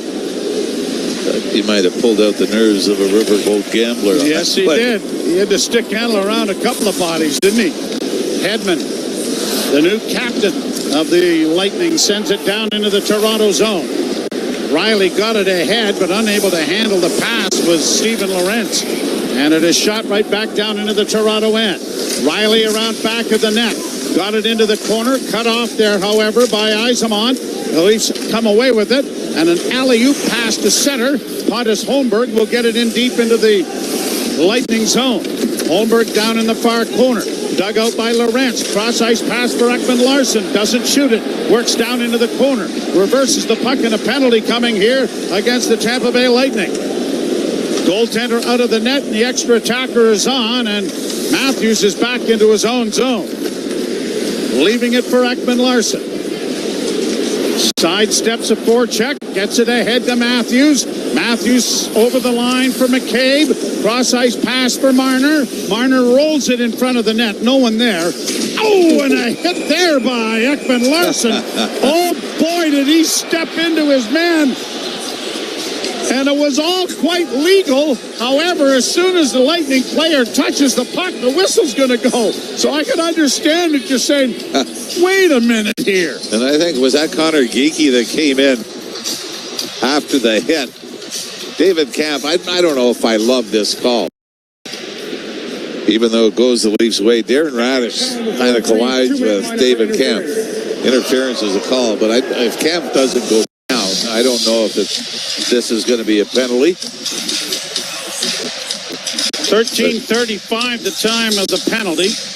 Well, you do love the late hit. And this is where Tampa's a little different. I mean, they don't have the Corey Perrys and Pat Maroons on the ice. Power play brought to you by your Ontario Subaru dealer. Enjoy fall to the fullest with symmetrical, full-time, all-wheel drive. Visit your local Subaru dealer to book a test drive today. As said, Tampa killed off 11 of 15. But the Leafs have only scored twice in 16 opportunities in the power play. And both those goals came in one game against the LA Kings. Scrum, and the puck comes back to the point, and Ekman Larsson has it there. Ekman Larsson now to Tavares, fed off on the far wing for Matthews. He fakes a pass, carries down into the corner. Behind the net, it goes to Nylander, and back now to Marner. Top of the circle, left wing side. Dropped off for Nylander at the half boards. Down low to Marner, coming out in front. Oh, and he rolled it just wide of that far post. Kept in at the point by Ekman Larsson, but stolen and shot down the ice by Tampa Bay. Minute 25 to go in the power play. As much as I love Morgan Riley in the power play, Ekman Larsson has that ability to get pucks through from the point. Kept in along the boards and down into the Tampa Bay zone. Ekman, or at least Nylander, forces the puck back. It goes to Marner at the blue line. Walking the line, drops it off into the corner. Nylander centers. Tavares couldn't lift it over top of the goaltender, and it is cleared by the Lightning out and down the ice. Tampa Bay is 26th in penalty killing. They've given 4 goals in 15 times short. Shot in by Riley. Around the boards, it'll come to Robertson. Domi trying to help out. Robertson knocked down on the play. Pacioretty sent it around back of the net. But the Lightning get to it first and send it out and down the ice. Riley goes back. Dropping for Domi. Max Domi hitting the line in traffic. Off on the wing for Robertson. Swung around the boards to Knies. Knies down into the corner. Tried to make a pass back to the blue line. It was easily intercepted and sent down the ice, and 16 seconds remain in the first opportunity for either team. Riley will bring it to center. 1-0 Toronto. Camp gets it down into the corner and sends it around the boards. Knocked back in along the line, and the penalty is over as it is set out into the near corner. But David Camp is able to come away with it. Out dropping it off for Pontus Holmberg. Back to the point. A one-timer sent there by McCabe was deflected over top of the net. That was David Camp that got a piece of it. Long lead pass, and it's a breakaway opportunity. In on goal for Nicholas Paul. Stop. Where's the puck? It slides into the net. Oh, Simon Benoit coming back. Stolarz makes the save. But Benoit sliding towards his own net carries the rebound in with him. And the Tampa Bay Lightning have tied it on a fluke. Stolarz makes a great play, getting his pad on the shot by Nick Paul, but the rebound is carried into the net by a sliding Simon Benoit. And this game is tied at 1. For Nick Paul, that's his second goal of the season, and that was an unfortunate turn of events. Now, I know the Leafs are looking at this. I don't know if there's any challenge coming. There wasn't anything Nick Paul did illegally. I think what they might have been looking at, Jimmy, was the play at the blue line, whether it was offside. Leafs get it in over the line to Knies. Dropped it off in the left wing for Riley. Punched back at the net for Matthews. Wrap around attempt doesn't work. Matthews in the near corner with it, though, trying to center. Blockered away. Now wrap around attempt there. Looked like he was held, but no penalty. And Kucherov comes to center to get it down into the Toronto end. Game now tied 1-1. Alley-oop pass by Riley is going to roll on edge and turn into an icing. And so it'll come back into the Toronto zone. Nick Paul's entering the third line on this Tampa Bay Lightning team. Last year, a career year for him points-wise with 46. Goals-wise, hit the 24-goal mark for the first time. There's going to be a lot of pressure on the likes of Nick Paul and Brandon Hagel, Mitchell Chaffee, Anthony Cirelli, because they've certainly got a different look in their top 6 or even top 9.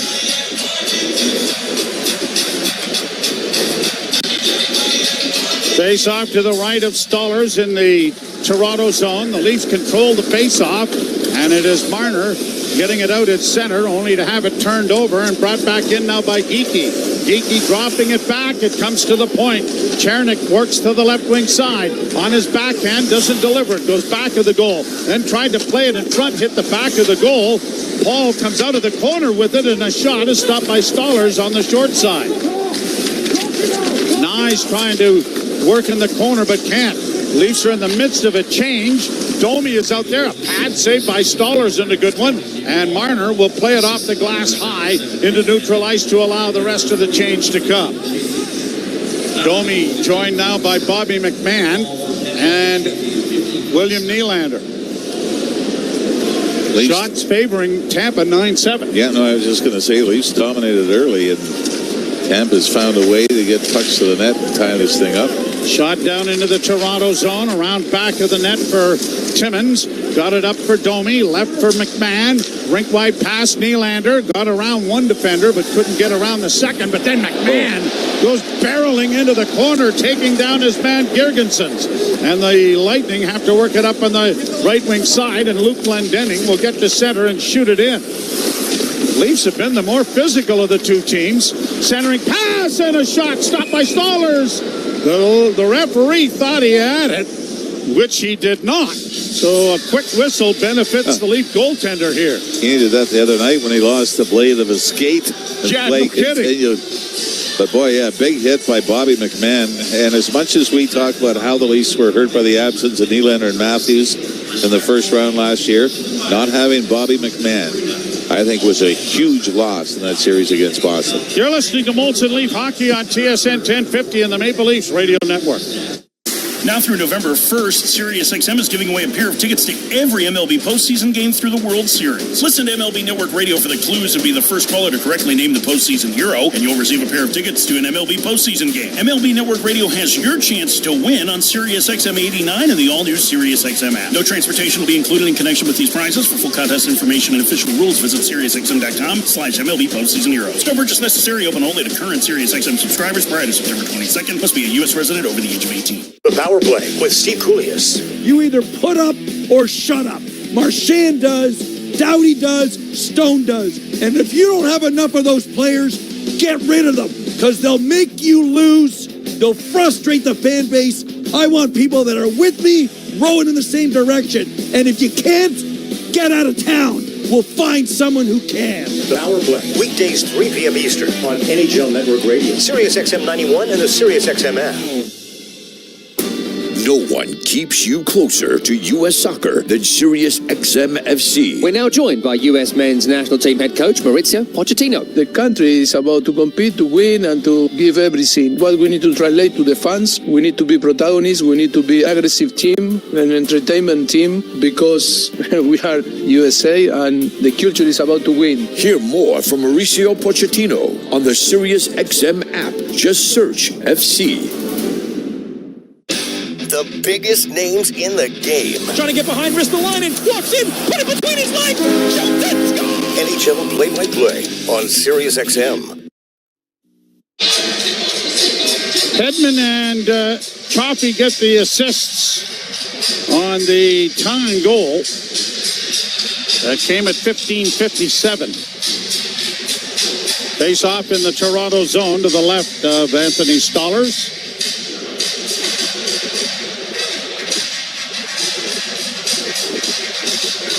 The draw, one cleanly by the Lightning. Back to the point. Wrist shot blocked in front of the net. Gathered up and quickly brought out at center ice by Robertson, who finds Tavares. Across the line and swung around the boards. It'll find Robertson in the near corner. Then a shot taken by Pacioretty was stopped. Rebound knocked away. Lightning bringing it out at center ice. Sorelli in over the line. A drop pass and a quick shot by Hagel. Swallowed up by Stolarz. And a face-off coming in the Toronto zone with 1:36 to go in the first period. Similar to the way the Tampa Bay Lightning played against Ottawa Saturday afternoon. Senators got out to the early lead.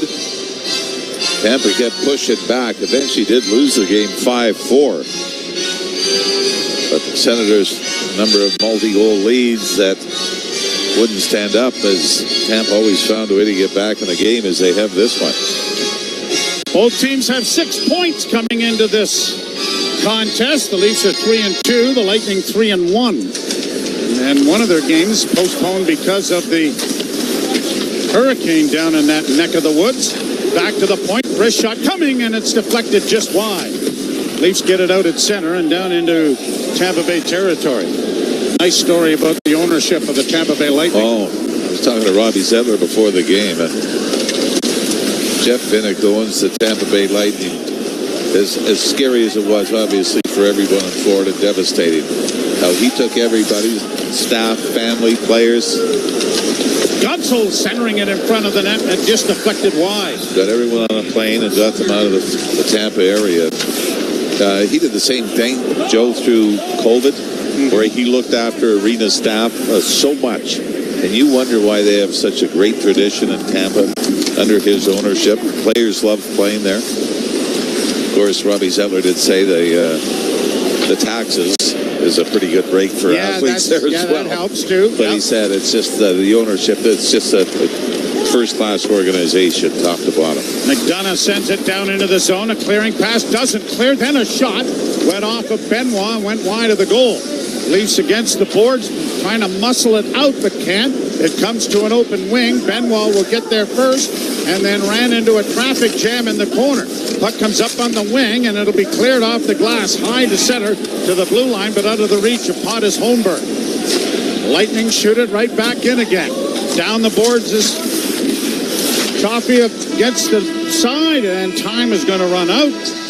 to end the first period, and it'll be a 1-1 tie after 20 minutes of play, with the shots favoring the Tampa Bay Lightning 11-7. There have been a lot of games, or most of the games this year, Joe, you're thrilled with the first 3 or 4 minutes, the way that the Leafs have started games, going back to the season opener in Montreal. But then there seems to be a little letdown, and things start to even out a little bit. Obviously, you're never going to play the perfect 60 minutes. But again, we want to go to specialty teams. Got a 1-0 lead. You can go up 2, and you come up snake eyes again. At least 2 for 17 on the power play here early in the season. So it's a 1-1 tie, and Jim Taddy and Anthony Stewart coming along. You're listening to Molson Leaf Hockey on TSN 1050 and the Maple Leafs Radio Network. Sometimes a song can make all the difference. I'd just like to say thank you to The Message for always uplifting my spirit. Turn to The Message, a channel filled with songs of faith to lift your spirits as the leaves start to fall. I'll praise you anywhere. I listen to The Message because it helps me in my everyday life. The Message gets me through the days, every day. The Message, Channel 65, and home on the SiriusXM app. The Power Play with Steve Koulias. You either put up or shut up. Marchand does, Doughty does, Stone does. And if you don't have enough of those players, get rid of them, because they'll make you lose. They'll frustrate the fan base. I want people that are with me, rowing in the same direction. And if you can't, get out of town. We'll find someone who can. The Power Play, weekdays 3 p.m. Eastern on NHL Network Radio, SiriusXM 91, and the SiriusXM app.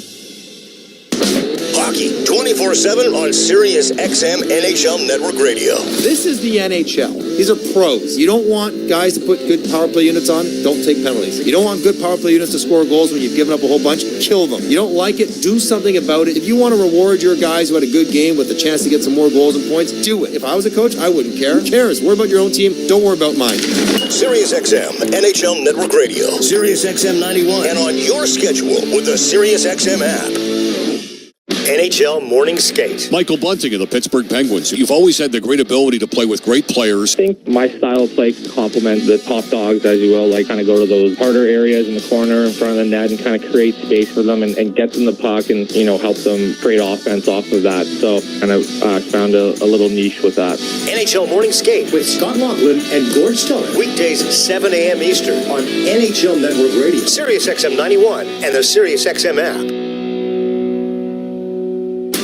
No one keeps you closer to U.S. soccer than SiriusXM FC. We're now joined by U.S. men's national team head coach Mauricio Pochettino. The country is about to compete, to win, and to give everything. What we need to translate to the fans, we need to be protagonists, we need to be aggressive team, an entertainment team, because we are USA and the culture is about to win. Hear more from Mauricio Pochettino on the SiriusXM app. Just search FC.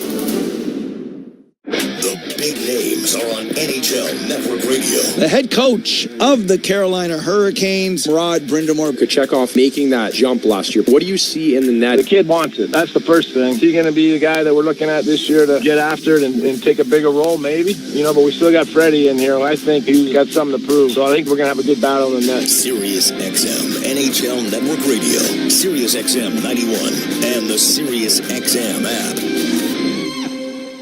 From in the crease to in the locker room. Flyers defenseman Travis Sanheim. Is it a rebuild type thing? Is it definitely a playoff team in your mind? I think last season, I don't know if anyone in our room was saying rebuild. We thought that we could surprise some teams, and I think we did that. A lot of guys that are coming back, and then obviously adding neat stuff is going to be huge. So, we're looking forward to getting started and see if we can build off of last season. SiriusXM NHL Network Radio, SiriusXM 91, and on your schedule with the SiriusXM app. Join me, Scott Laughlin, and Gord Stellick, along with former NHLer Mike Johnson for NHL Morning Skate. Weekday morning, 7 a.m. Eastern on NHL Network Radio, SiriusXM 91. Molson Canadian Leafs Hockey is on TSN 1050 and the Leafs Radio Network. The Leafs live here. And it's tied at 1 after 20 minutes of play. TSN After 20 is brought to you by your Ontario Subaru dealers. Enjoy fall to the fullest with symmetrical full-time all-wheel drive. Visit your local Subaru dealer to book a test drive today. Jim Taddy, Anthony Stewart with you live from Scotiabank Arena. What a start by the Leafs, though, physically. I mean, they really took it to Tampa, didn't they? They definitely stuck to Craig Berube's game plan, and I'm sure what it was get it pucks in deep, get it below the dots, and get to work. And what I noticed a lot in this period, it's one thing to get to the front of the net. Typically, when you get to the front of the net, you're in front of the other team's defense. They were getting behind, and I saw that first shift for Matthew Knies. He was actually behind Vasileski, so he was taking crush to net literally, and it led to, even on the Nylander goal, that it pushes Vasileski back in his crease. And he's such a big goalie. When he's at the top of the crease, it's very difficult to score. So when you have those guys coming in waves, it really pushes you back, which is a really good positive so far for the Maple Leafs. So it's a bad balance. I'm sure we'll dissect the goal against. But if I'm Craig Berube, I'm really happy with that period. And it's worth noting again, I think this is my third broadcast, 6.5 minutes before Tampa Bay registered their first shot. So starting on time has definitely been a forte for this Maple Leafs team. Finishing strong is something that they still have some work to do. I was just looking at the hits. The Leafs had 8, and I want to say that all 8 happened in the offensive zone against the boards. A lot of people got rubbed out. And that just makes it difficult to play against. And I'm sure now, once they do that for the first half of the game, it's going to soften up the Tampa Bay defense, and they're going to be now trying to make pucks up ice a little bit quicker, and they're going to be more prone to mistakes. So just continue to hammer home. They call that the ground and pound. They've executed that so far through 20 minutes. You'd like to pick on the power play, but there's only one opportunity. And so, but for the first 30 seconds, I mean, they had the little huddle before the face-off. They had that play. I don't know if it ever materialized, but they knew what to do. For 30 seconds, they had him hemmed in, and then the next puck 30, not so good. Yeah, and I go back to Kirk Muller. He used to say you have to have the killer instinct. It wasn't instinct, instinct. And that could be a totally different period if they end up scoring. So I think for them, that's where they got to work on just finding ways to get second and third opportunities. So it was a decent one, but again, for a specialty teams penalty kill that's been struggling for Tampa Bay all season, where they're in the bottom third of the league, you got to find a way to pot one home. So yes, it's early, but that could be the difference maker in some of these close games. So I'm looking for them to have a little bit more urgency in the second and third period when it comes to specialty teams. So salt in the wound is after the penalty's killed, 22 seconds later, the Tampa Bay Lightning get a fortunate goal. Big save by Stolarz, but Benoit blew a tire and took it into the net. And I saw Nick Paul on the breakaway, and I was having flashbacks of some playoffs. And I have the worst memory, but I'm like, these usually end up in the net, and it was great to see Stolarz make another big save. He had 10 on the period. He's probably made 4 or 5 big saves, and he made one on that breakaway on Paul, but Benoit just happened to blow a tire and crash into the net head first. So it's a bad balance. So if I'm Craig Berube, I'm not too upset about that, because it's not a game of mistakes. It's what you do after the mistake. And what I noticed is they get the goal in, the next shift comes out, they go right back to work, and it doesn't falter their game plan. Well, when the Leafs are maybe, I don't know, struggling or fighting it, there's you cut to the bench, Berube saying patience. So they're getting, they're revisiting that on a nightly basis, aren't they? Yeah, you can usually see from up top the animation of Craig Berube, and he's not there. So I'm sure he's happy with the way that this period went. And it's about execution, and you're not going to win every single game sticking to the system. What happens, I used to have coaches tell me this, it might take the last minute of the last period for the system to work, and they're starting to trust and believe in it, because it's been a net positive period for Toronto so far. So in terms of Maple Leafs, who jumped off the page for you? I really like the McMahon line. He's getting in. He's getting pucks in deep, too. Domi seems like he has a hop in his step, too. So that was the go-to line, I believe, tonight. Matthews seems like he's primed. He had a couple shots on net as well. So for me, it's just that power play. I want to see that power play be a difference maker. And it's early on in the season, I understand that. But, again, a lot of guys had a solid first period for the Maple Leafs. Yeah, just looking at the shots, the Leafs had 7 that got through, another 14 that were blocked or missed. And leading the way, Austin Matthews with a couple, and Nylander with a couple. But it was the physical play, the defensive responsibility, just taking it to Tampa, which was certainly noteworthy. On the goal, McMahon tries to center it, goes off a skate right over to Domi, right out to Nylander, buried. Yeah, McMahon did his impression of Domi. He usually throws that no-look hope pass, but it was a giveaway by the Tampa Bay Lightning, who gave it right back to Domi, who one touches it to the slot for Nylander for his 4th of the season. So it's going to be different heroes on different nights, but I like the fact that this line has some extra hop in their step. McMahon seems like he's going to be a constant in the top six, and what a story that's been, him starting off in the press box the first night of the season after not having such a great preseason. So different heroes, different night. Pacioretty had a couple of good shifts there. I'm not sure if you saw Robertson got hammered by Gensel. Here comes Pacioretty, gives him a little chop. So he's getting involved in the game. He had a big hit his first couple shifts as well, too. So it seems like it's contagious. That truculence play is very contagious, and that's going to lead to more scoring opportunities for the skilled guys to really work and do what they do best. As you were saying that, I'm thinking to myself, well, the fourth line got physical. I remember a hit Lorentz delivered, and he had 3 hits in that period. Holmberg was noticeable. Camp was, and Lorentz was. That's a pretty physical line. It is, and when you have your top guys going out there throwing hits, and that's what you're paid to do, it makes you have that extra hop in your step. And I think the hit of the period was McMahon, where he maybe got caught off the screen and caught the defender in the corner there, and that rattled the cage. And what that does now, gets the crowd in it. And sometimes when you're on the road and the crowd's in it and they're just taking away your will and it's just a tough night, you can pack it in. So I know Tampa Bay, they have that championship spirit. More likely than not, they're not going to do that, but you want to take the will away from your opponent. And just a quick thought, I mean, as good as Vasileski is, he wasn't the story in the first period. No, he took one off the noggin there. I saw Matthews there pick up, and what I noticed was he was swimming a little bit, and when Vasileski set and he's not really working in the crease, that's when he's at his best. But I noticed he was going left to right. He looks like he was struggling to find position in his crease, but that was part of the game plan by the Toronto Maple Leafs. Get in this crease, make it tough for him to play against, make it tough for him to get to the top of the crease too. So again, I predicted a net coming off its mooring. It was close to that, but we'll see in the second and how it goes. It's tied at 1 after 20 minutes of play. This is Molson Canadian Leafs Hockey on TSN 1050, the iHeartRadio app, and the Leafs Radio Network. From the biggest stadiums to the coziest holes in the wall, from house parties to porch hangs to pride celebrations, from your favorite fuss shop to your local Indian spot, from noodle bars to sports bars to salsa bars. There's a Molson with your name on it. Canadian Ultra XL. Molson. Everyone in. Must be legal drinking age. Breaking story from Alpine News Network. Firefighter Finn McHose, that's a nickname, right? Needed help contending with a blaze of debt. He called Alpine Credits and a superhero was sent his way. Summoning water, she extinguished the fire and consolidated his debt into one low monthly payment. His floors may be wet, but his debt is under control. Own your home? Need a loan? Alpine Credits can help. Alpine Credits, where homeowners get approved. Just for license 12616. Ugh, these vacation prices are really adding up. Flights, hotels. Are your vacation plans going off-road?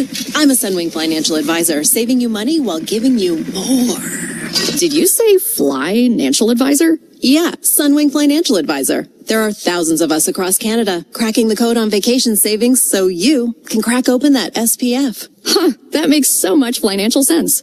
Book with your local travel advisor or at... The housing crisis in the GTA has reached a critical point, with more than 2 in 3 residents being affected. Reporting that almost 9 million Canadians are living in food-insecure households. Over 1 million people in the GTA now live below the poverty line. We're just out today. Mental health support is the #1 reason people are calling 211 for assistance. At United Way, we wake up to a different alarm every day. Help us end poverty and build a better GTA any way we can. Donate today at unitedwaygt.org. At 2025, Canada's Wonderland Gold Pass is your ticket to unlimited visits through the rest of this year and all of 2025. Make the park your own with access to 2 years of Halloween Haunt and Winterfest. Plus, ride the all-new Alpine Fury, Canada's longest, tallest, and fastest launch coaster, coming in 2025. All for just 12 payments of $9, plus taxes and processing fee up to $9.99. Online only. Get your 2025 Gold Pass now at canadaswonderland.com. If you've got room in your day to doom scroll until your battery dies, binge an entire season of reality TV, or watch funny cat videos on loop, you've got room for play. With thrilling arcade games, epic attractions, live entertainment, crave-worthy food, and handcrafted cocktails, the Rec Room is the ultimate place to let loose and have fun. The Rec Room. Make room for play. Find the Rec Room near you at therecroom.com. The out-of-town scoreboard is brought to you by Maple Toyota. You don't have to go out of town for a great new Tundra RAV4 gas or hybrid. Maple Toyota has them in stock and ready to deliver. Visit mapletoyota.com. This is the only game in the league tonight. 1-1, Tampa and the Leafs after 20 minutes of play. Nylander for Toronto and Paul for Tampa Bay. Coming up next, the second period, Molson Canadian Leafs hockey continues on TSN 1050, the iHeart Radio app, and the Leafs Radio Network. When superstars get moved in the NFL, the Jets are trading for Devontae Adams. The lines move. The Bills say, hold my beer, Amari Cooper. Sports Grid Radio's experts analyze all the numbers. The Bills' updated odds to win the AFC went from plus 550 to plus 450. A 20-1 AFC championship price for the Jets is now shorter by $3. As the odds change, stay with the experts that can give you a winning edge on Sports Grid Radio, channel 159 in the car, and on the SiriusXM app. The Power Play with Steve Coolius. You either put up or shut up. Marchand does, Doughty does, Stone does. And if you don't have enough of those players, get rid of them, because they'll make you lose. They'll frustrate the fan base. I want people that are with me, rowing in the same direction. And if you can't, get out of town. We'll find someone who can. The Power Play, weekdays 3 p.m. Eastern on NHL Network Radio, SiriusXM 91, and the SiriusXM app.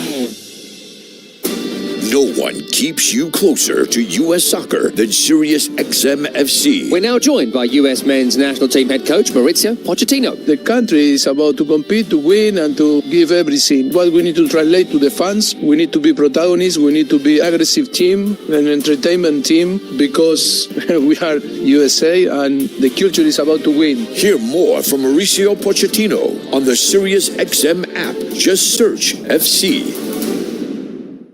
Join me, Ward Stellick, and Scott Laughlin as we recap the night that was on NHL Morning Skate, weekday mornings at 7 a.m. Eastern on NHL Network Radio, SiriusXM 91. The biggest names in the game. Trying to get behind, wrist the line, and walks in, put it between his legs, shoots it, score! NHL play-by-play on SiriusXM. Hockey lives here. Suzuki sweeps it. There's a chance. Rebound, Caulfield shoots and scores. NHL play-by-play on SiriusXM. The best hockey lives here. Burns gets it back, stick handles to the backhand, moves in front, score! NHL play-by-play on SiriusXM.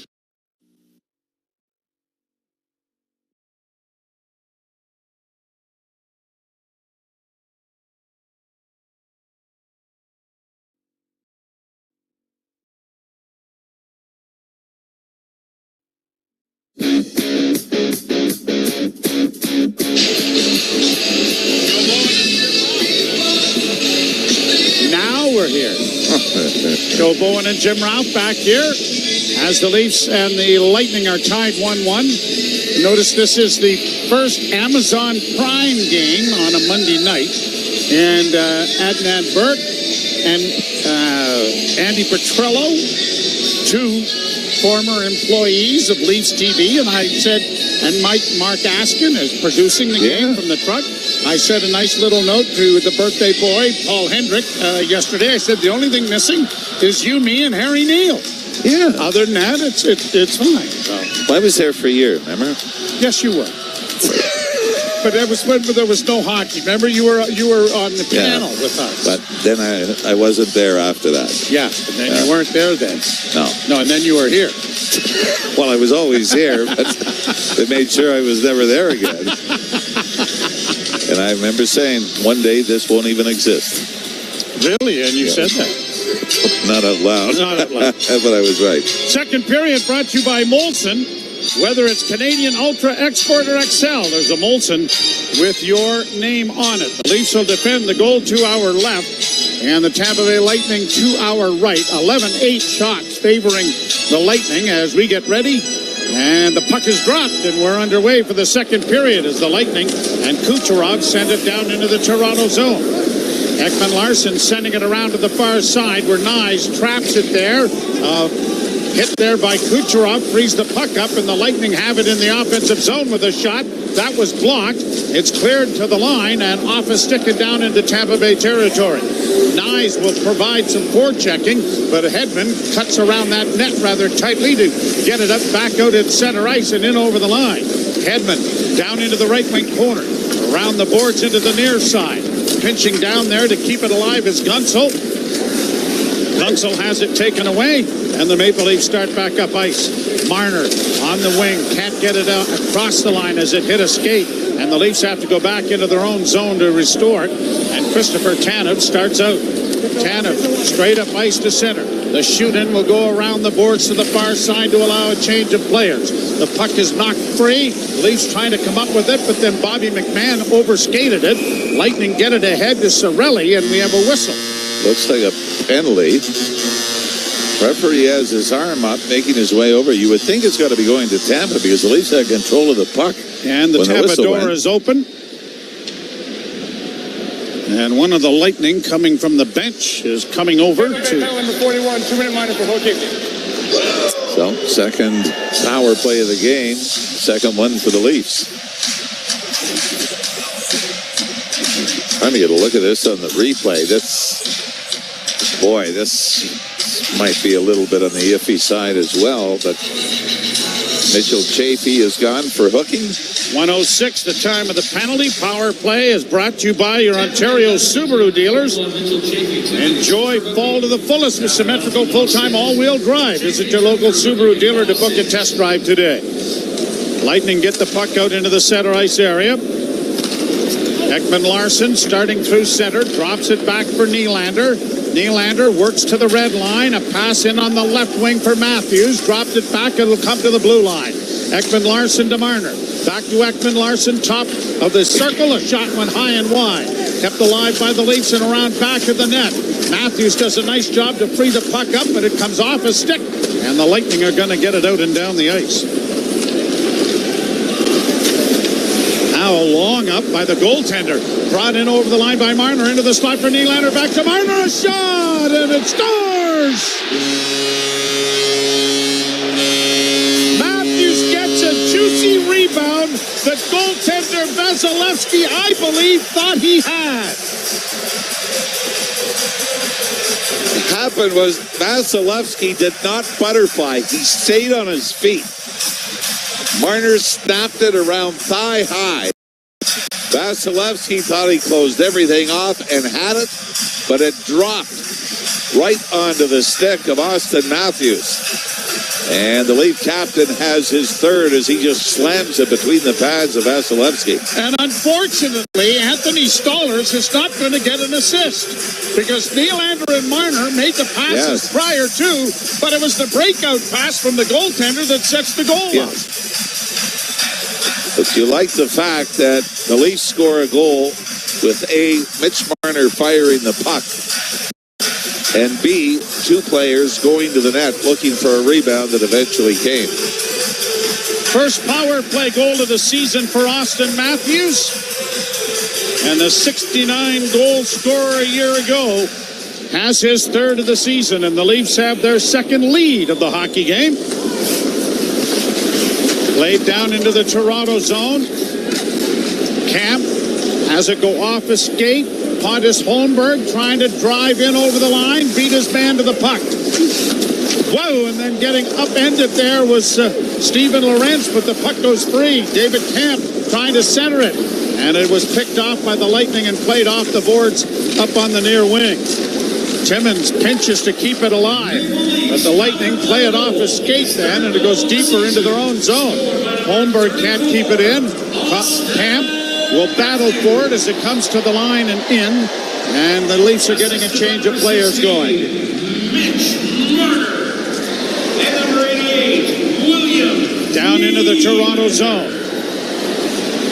Puck hits the official, and the Lightning keep it in with a shot. That was blocked. Played off the boards and ahead, just out of the reach of Max Pacioretty. And despite his efforts, and most of the officials in the seats agreeing with me, that should not have been icing. Well, I mean, he got back in time to touch it, but the officials are going to say that he did not hit the hash marks first.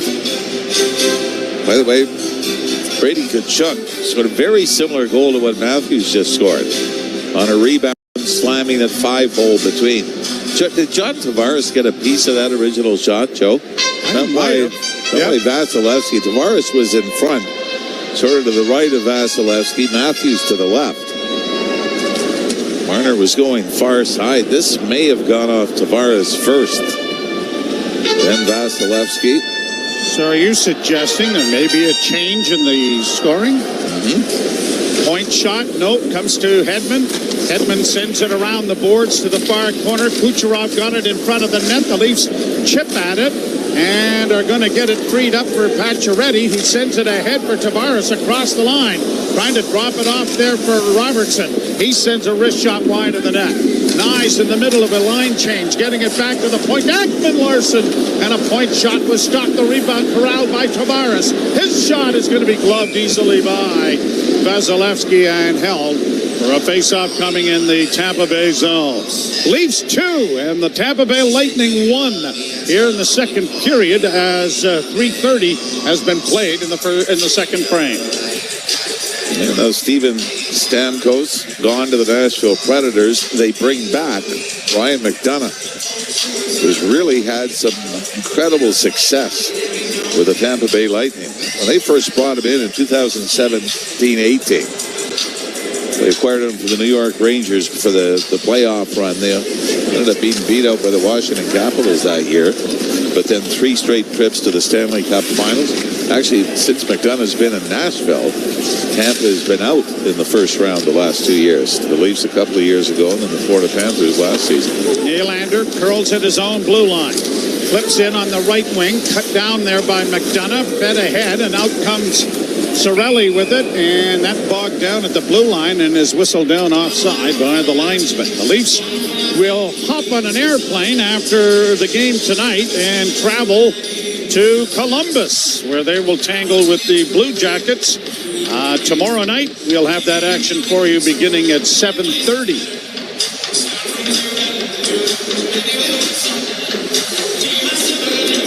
Draw outside the Toronto blue line. Matthews line back over the boards. And the draw won by Toronto. Tanev. Bank pass ahead. Matthews tried to tip it in. Pass intercepted. Benoit tries the other side. Knies gets it in deep for him.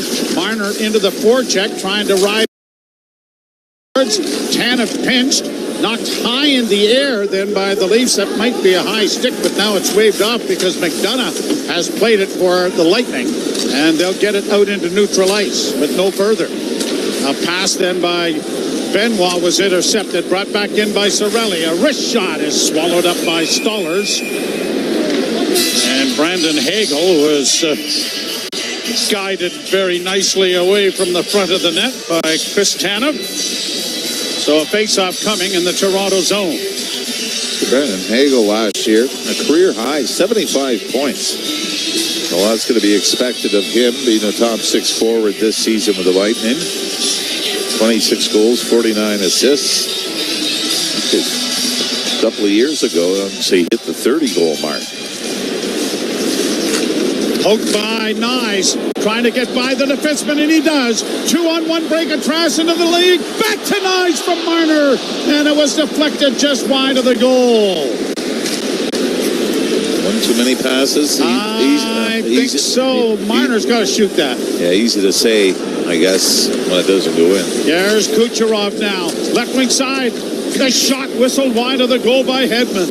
And the Leafs break it out again. Trying to make it an odd man rush this time, but it's just going to be shot in by Knies as the Lightning go back into their own zone. Long lead pass. That looked like it might be offside, but play goes on. Gunsel dropping it back for Kucherov. Nifty little move, and then he, I think, passed it. If he shot it, he missed the net by 35 feet. That was kind of a strange play, wasn't it? I don't know if it just clipped a skate when he tried to fire it. Played into the corner down at the other end, and the Leafs have it in the offensive zone. Pontus Holmberg back of the goal. Taken into the far corner. Tries to get position on the defenseman. Carries back of the net. Knocked down on the play. Grabbed by Radish. And he'll get it to the line, but not out. Long shot by Lorentz was steered wide by Vasileski. Puck up against the boards, but the Lightning come out with it. Tampa Bay to center. Brought in over the line by Yzerman, and now heading to the bench. Leafs back in their own zone. Timmins for Benoit. Up ahead, off the stick of Pacioretty to gain the zone. Pacioretty into the forecheck. Tavares likewise, and Robertson. Robertson trying to dig it free, looking for a man in front. Benoit's kind of hanging around right out in the slot if they can get the puck. There's about 8 guys in the corner here. The puck finally does come free as it comes to Timmins, quickly to Benoit, but he can't get the shot away. It rolled off his stick. Probably why they weren't guarding him that closely. Still looking for his first goal as a Leaf. Down into the corner. Tavares tried to work it out in front. That was stopped. Backhand by Tavares hits the side of the goal. Lightning send it high to center. Volleyballed ahead by Benoit. Carried back in now by Choppy, and it goes around the boards, and the Leafs have it again. Tavares up ahead on the left wing side, and the stick of Pacioretty explodes as he tried to get a shot away. Nylander into the forecheck for Toronto. Cleared to the line and out. And back at the blue line is Ekman Larsson to get it ahead. Chipped in over the line. Stolen back by the Lightning. Stolen back by Ekman Larsson. Stolen back by the Lightning. A lot of thievery going on here. Now here's Nylander in on the right side. Scores!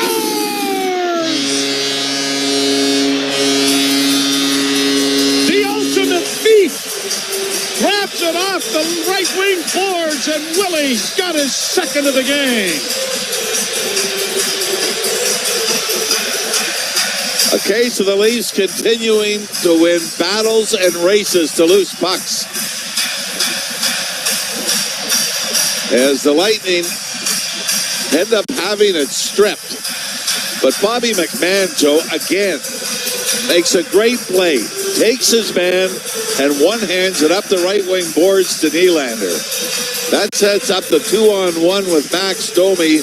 Nylander looks up, spots a little bit of room between the pads of Vasileski, and hits the target to give the Leafs a 2-goal lead here, 3-1 in the second period.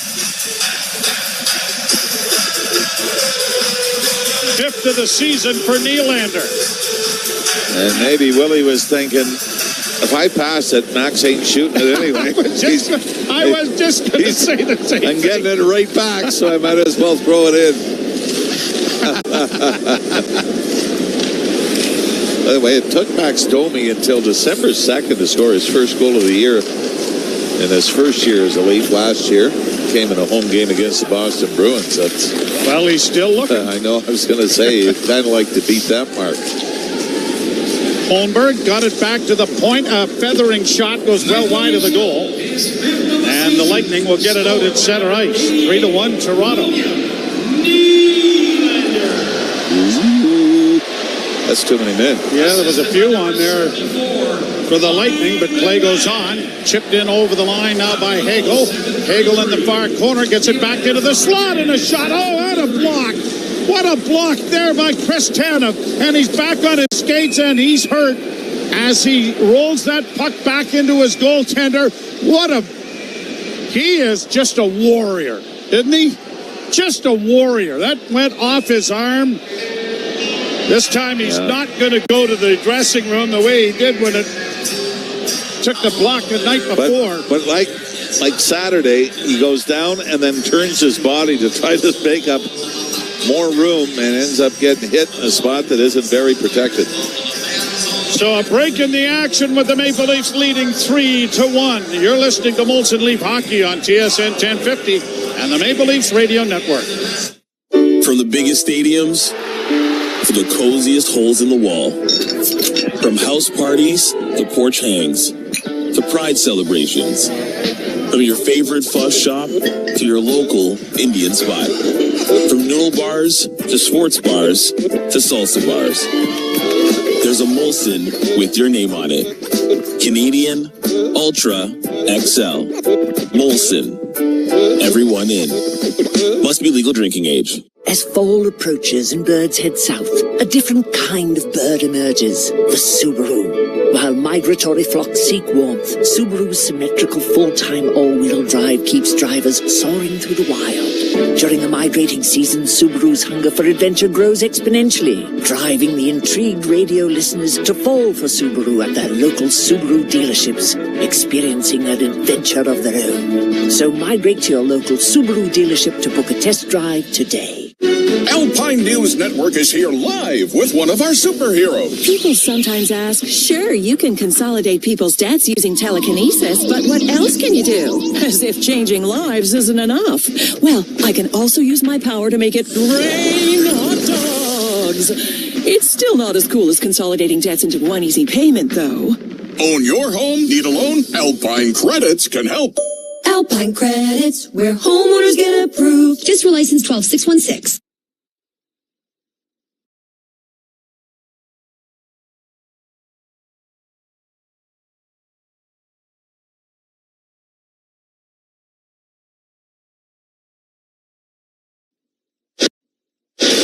The best way to experience the brilliant autumn colors? How about a country...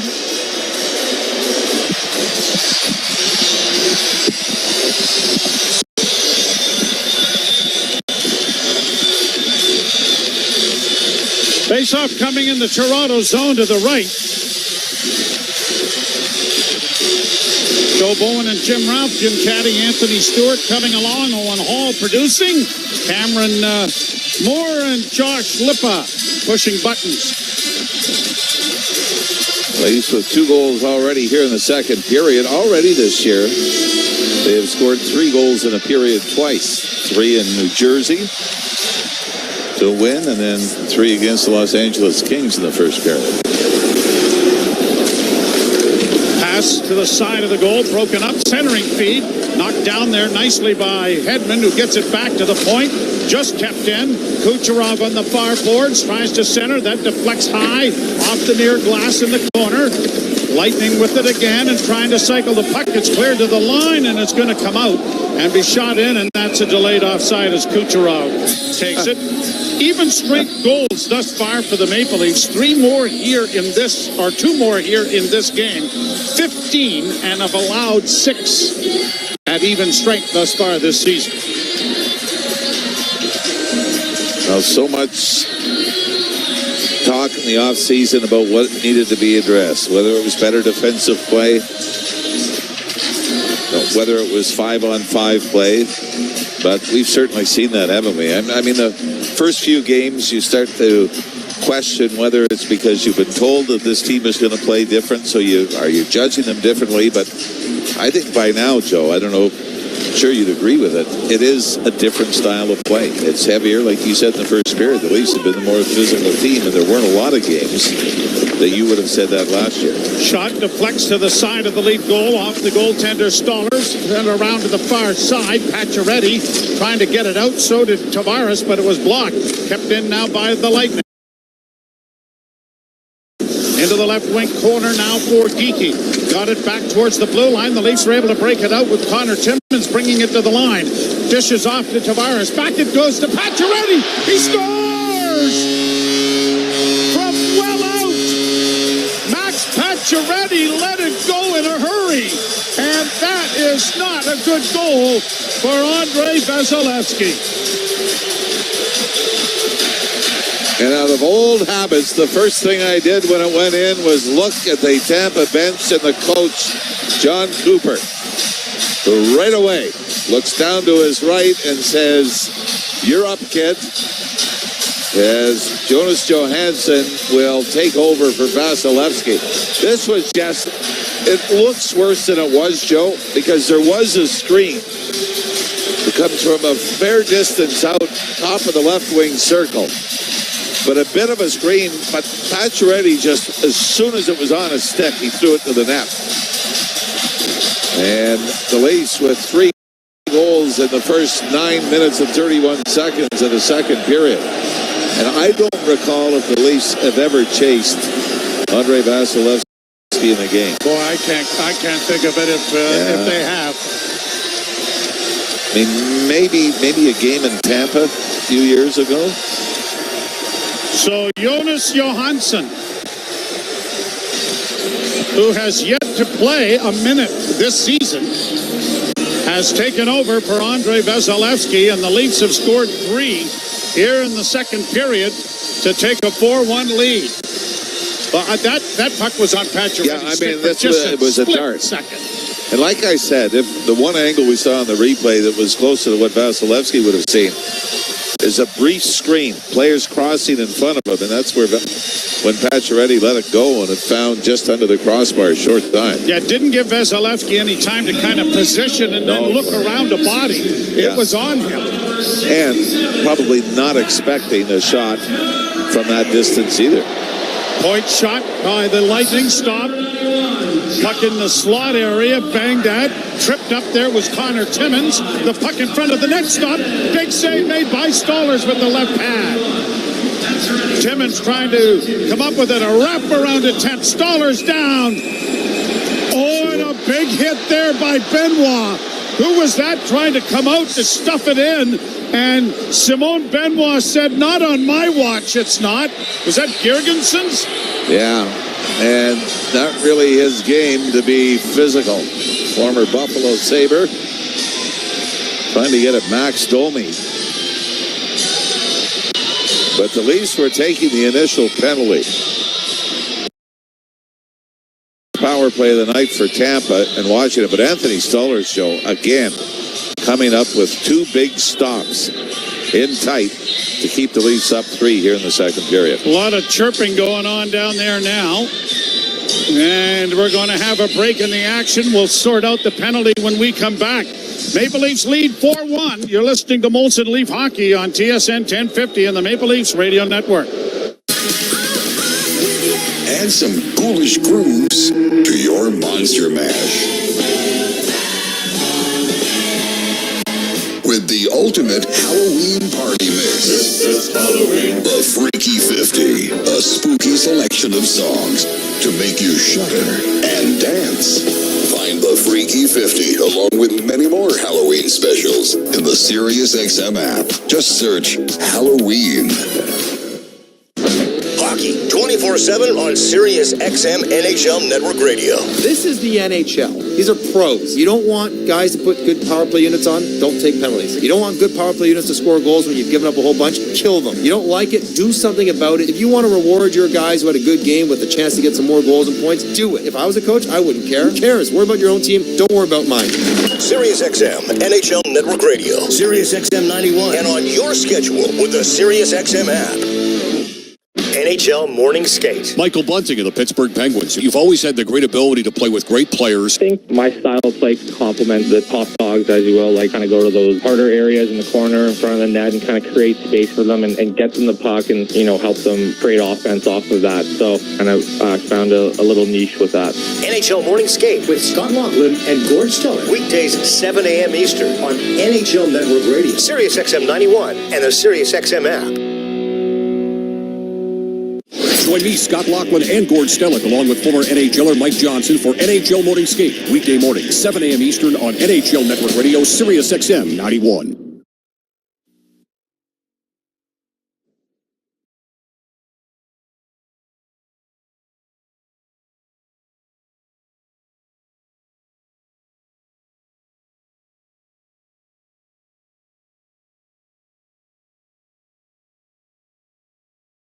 I know if I was going to be in a fight and I don't get into them, I'd want the helmet off. The up positions. But anyway, huge moment in the game here. Draw one by Tampa Bay. Hedman working into the near half boards. Looks for Kucherov. Finds him in the slot. Down low into the corner. Back to Kucherov. Working in with a shot. Down is Stolarz. And he covers up on that. One of the Lightning players tried to step in behind, hoping for a loose puck, and he got... That was Jake Gensel, I think, or was that Brendan Hagel on the far side? Yeah, Gensel was in front. It was Hagel came in looking for a rebound, and Jake McCabe quietly reminded him that he wasn't as welcome as he thought. But Stolarz again coming up with a big stop off Kucherov. Marner trying to win the faceoff, but fails. Kucherov, a shot went off a leg. Blocked again. Guess who? Chris Tanev. And he's limping. Now on the left wing side, Kucherov. Into the slot. The drive whistled wide of the goal. Comes to back of the net. Chipped into the corner. Tanev trying to get there. Marner couldn't get it out. Hedman, far side Kucherov. Kucherov back to Hedman. Hedman on the left wing side. Kucherov, another shot, stopped by Stolarz, and he's got it underneath him. I hope he was listening to you because he wasn't sure. Stolarz got over from his right to his left to take the one-time attempt away from Nikita Kucherov. And when he got there, he kind of spun and looked back towards the net to make sure the puck wasn't there. You know, the Leaf dressing room must have an ice machine right in front of Chris Tanev's stall. I mean, he must have to get in it at the end of the game. Just climb in. Everything's hurt, so just climb in. Remember last year we called Jake McCabe the Scott Sterling of defensemen? Yes. You always seem to be taking a high stick or a puck in the face, and you can Google Scott Sterling, soccer goalie, if you're not sure what we're talking about. Pontus Holmberg wins an important face-off, and Benoit sends it down the ice. Minute 10 to go in the double minors against the Leafs. Brought in over the line now by Point. Gets it back to Kucherov. Kucherov closes back to Hedman, winding and shooting. And Stolarz came out and knocked that into the corner with a good save. Kept alive by the Lightning. Kucherov looking for the puck from Hedman and has it top the circle. Now onto the left wing side. Back to Kucherov. And that was whistled wide of the net. Point getting, Hagel getting to it. Back to the point to Hedman. To Hagel. Back to Kucherov. A pass to Hagel. A shot. That's knocked down the rebound. No! Kept out. Holy mackerel. What a save. Anthony Stolarz reaches behind him. The puck's on the goal line. But he gets a glove on it. And this crowd in Toronto that can be often subdued are on their feet in appreciation of what they've seen from Anthony Stolarz here. 35 seconds left in the two-man advantage. Boy, this just gets to the goal line and looks like it's about to slide over as Jake Gensel tries to stuff it in from a tough angle. And Stolarz dives back. And not far below the Johnny Bauer banner. Makes a Bauer-like stop to keep the Leafs up 4-1. Lightning win the face-off again. Same unit out there for the full 2 minutes, it looks like. Kucherov looking for a drop pass. Gets it. He doesn't shoot it, though. Sends it down low. Gets it back again, far circle. Holding, still with it, down low. Wrapper on the 10. Stolen! Shot down the ice by the Maple Leafs. 10 seconds left in the two penalties. Kucherov bringing it in over the line. Onto the right wing side. Centering pass. Down is Stolarz to cover up. Penalty over. And back on the feet. The crowd rises again for Stolarz and the penalty killers doing an outstanding job. But I will say one thing. Tampa Bay Lightning, it's a different look without that big one-time shot from 91. And Kucherov playing up at the top more than the side boards. Yeah, he was more top of the right wing circle. Now he's shifted over the top of the left. But he's really replacing where Stamkos used to be, right? Looking for that one-timer. Yep. Draw one by the Leafs and around back of the net for Ekman-Larsson. A lead pass for Robertson. Robertson got it ahead, but Tavares couldn't get around the defense of Nicholas Paul. Puck in the Tampa Bay zone. Off a skate, grabbed off by Robertson. Back to the point. Set in around back of the net. And this crowd is revved up now. It's the old adage about a Toronto audience, show me something and I'll get up. Well, they got shown something pretty special there. Pacioretty in his own zone. Ahead. Tavares is going to shoot it into the right wing corner to allow a change of players. Robertson will force the puck deep to allow the rest of the unit to be exchanged. 7:10 to go, second period. Long lead pass up on the left wing for Yzerman. Sharp angle shot deflected off the blocker of Stolarz and up into the screen and out of play.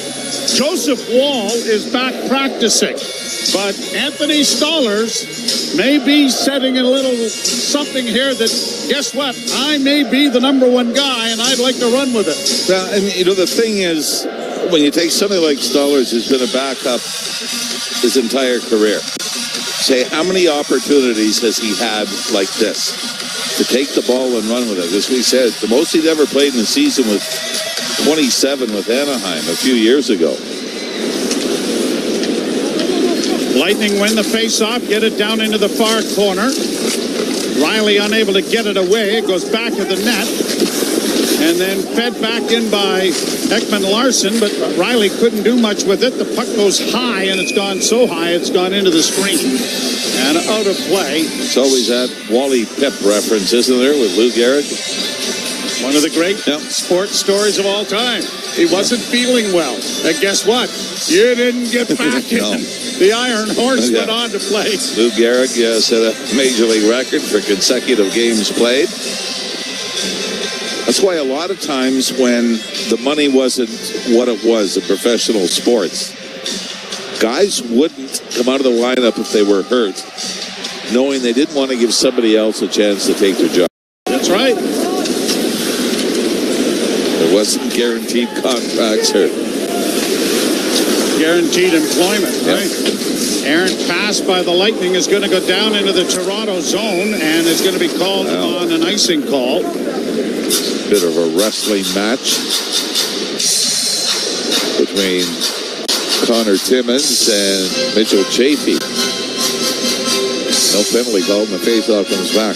Always talk about how penalties usually even out during the course of a game. Happened pretty quick there, didn't it? Didn't it?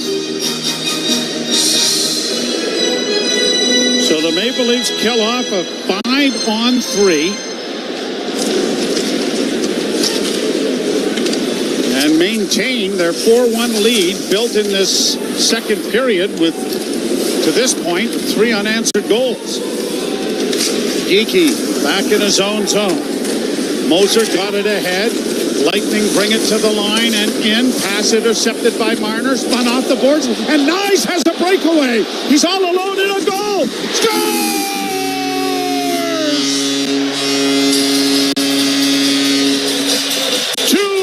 Lightning collide and fall at the blue line. And all of a sudden, Matthew Knies is all alone. He's looking for someone. Anyone, please be with me. The heck of an outscorer. And I believe that's the first shot faced by Jonas Johansson. Second shot, officially. As two Lightning collide at center ice, comedy of errors allows Knies to come in on the left wing side. And this one goes 5-hole as well. So that's 3, isn't it, here in the period that have gone 5-hole? As the Leafs have a new season high for goals in a period. Second of the season for Matthew Knies. That was almost comical. He found himself alone, but it was like, where is everybody? Yeah. I need someone here. Lightning get it back in the Toronto end. Back to the point to Hedman. Hedman with a one-timer on the far side by Kucherov that went off a body and went wide. Another blocked shot. And a penalty coming here. Ekman-Larsson was taken down. And is that Gunsel, I believe, is going to the penalty box. And the Leafs are going to get an opportunity to really put the finishing touches on this. But you know, period. Marner gets the lone assist, sending it ahead. Rough call. We'll be back with the power play. The Leafs' third of the game. You're listening to Molson Leaf Hockey on TSN 1050 and the Maple Leafs Radio Network. As fall approaches and birds head south, a different kind of bird emerges, the Subaru.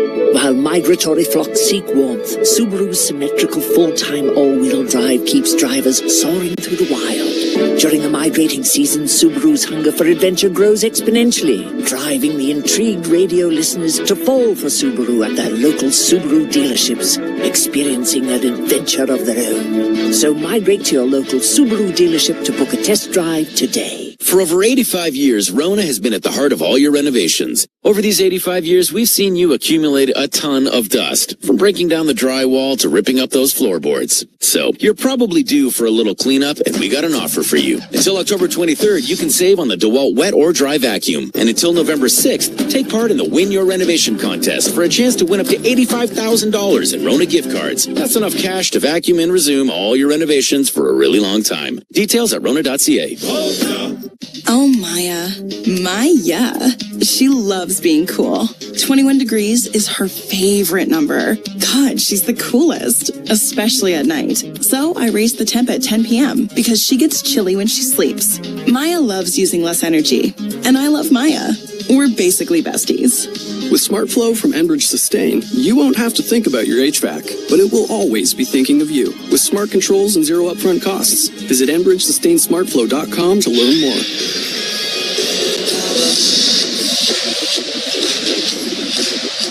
Face-off coming in the Tampa Bay zone to the right. The Leafs are on the power play.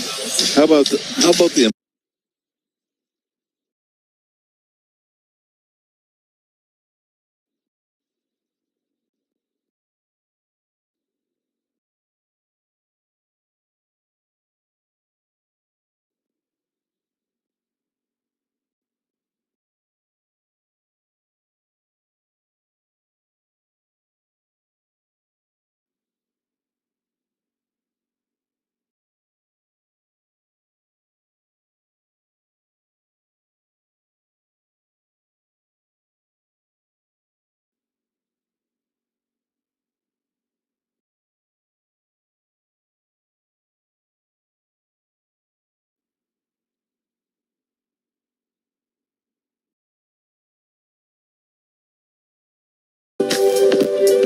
show schedule. And the Lightning are going to get it off a stick and down into the zone. And now here's a chance for Hagel to try and kill off some time, but it's intercepted and Matthews is out. Matthews to center, being chased. Gets in over the line and drops for Nylander. Down the boards to the half wall. Around back of the net for Matthews. Tried to center for Knies. That didn't connect. Around the boards, it'll come to Marner. Marner down into the near corner. Around back of the net, it'll go to the point. Kept in there by Nylander. Nylander down into the corner for Matthews. Matthews behind the back pass to Nylander and a shot. Went off the leg and went wide. Matthews in the left wing corner. Still with it. Back to the point now to Nylander. Shooting! Locked in front. Shot out and down the ice by Tampa Bay. 16 seconds, second unit coming over the boards for Toronto. 3:35 to play in the period, and it's been a huge one. Long shooting goes wide of the net.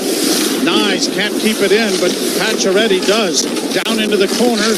Now here's Domi coming out. The pass back to the point to Riley. Penalty is over. Played to the side of the net and in behind. Looking for the breakaway pass is Gunsel, but it won't get to him because Domi intercepts. Into the slot and a shot! Stopped there by Johansson off the stick of Pacioretty.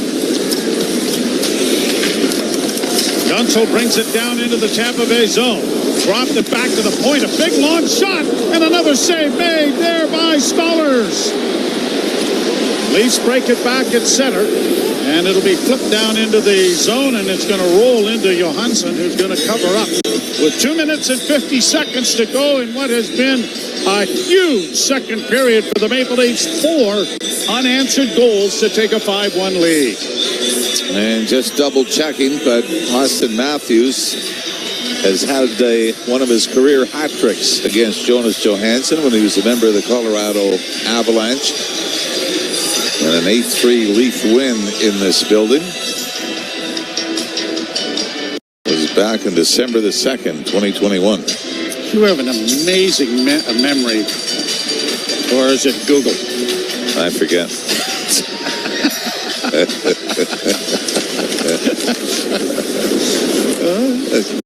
I told my son David I was so impressed with you, you know. It's not everyone that can do color. You know, you realize that you and I could probably kill about 8 hours with a ball of tinfoil, too, right? We're simple Northern Ontario boys. Simple Simon. Yes, indeed. Oh, Art, that's the truth. Look how shiny it is.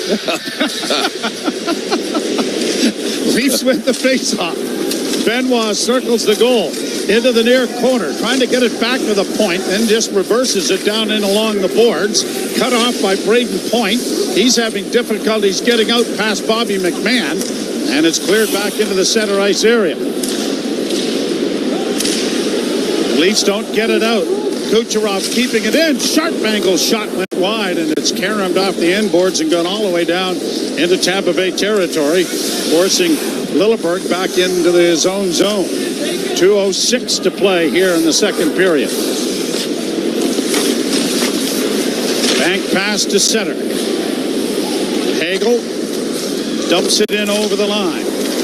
Cleared back to the blue line and just out over the line to produce an offside and a face-off coming in front of the Tampa Bay bench with a minute 54 to go in the period. Now you're talking about memories, and I remembered Matthews having the hat trick against Colorado, but I did have to look it up to make sure. And I don't know about you, but if I watch a movie, I've got to stop it about 15 times because I'm going to say, I think that actor was also in another movie, and then I got to stop and look that up. Look that up, yeah. For no reason. And yet, some of the most useless information we have is at our fingertips.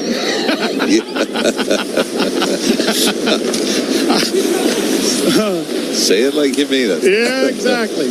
In over the line for the Leafs, with the puck taken away there at the point, or by the defense of Moser, and the Lightning will get it out at center, but it is turned over at the Leaf blue line. Connor Timmins just lifting it high, looking to try and spring David Camp.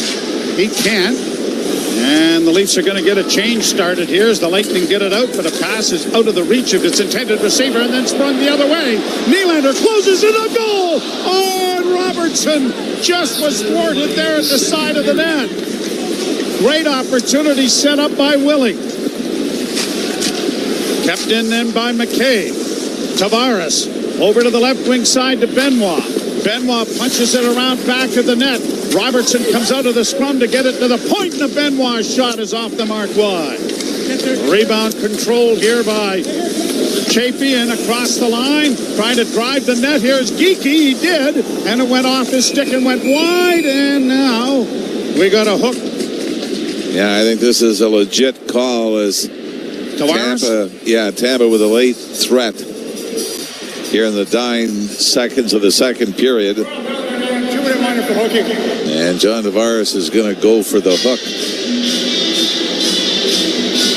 We've did a pretty good job of boxing out by McCabe and Benoit. But it was the drive to the net by Connor Geekie that had John Tavares just a step behind and had to put the hook out to be able to get him to pull up. 19:30, the time of the penalty.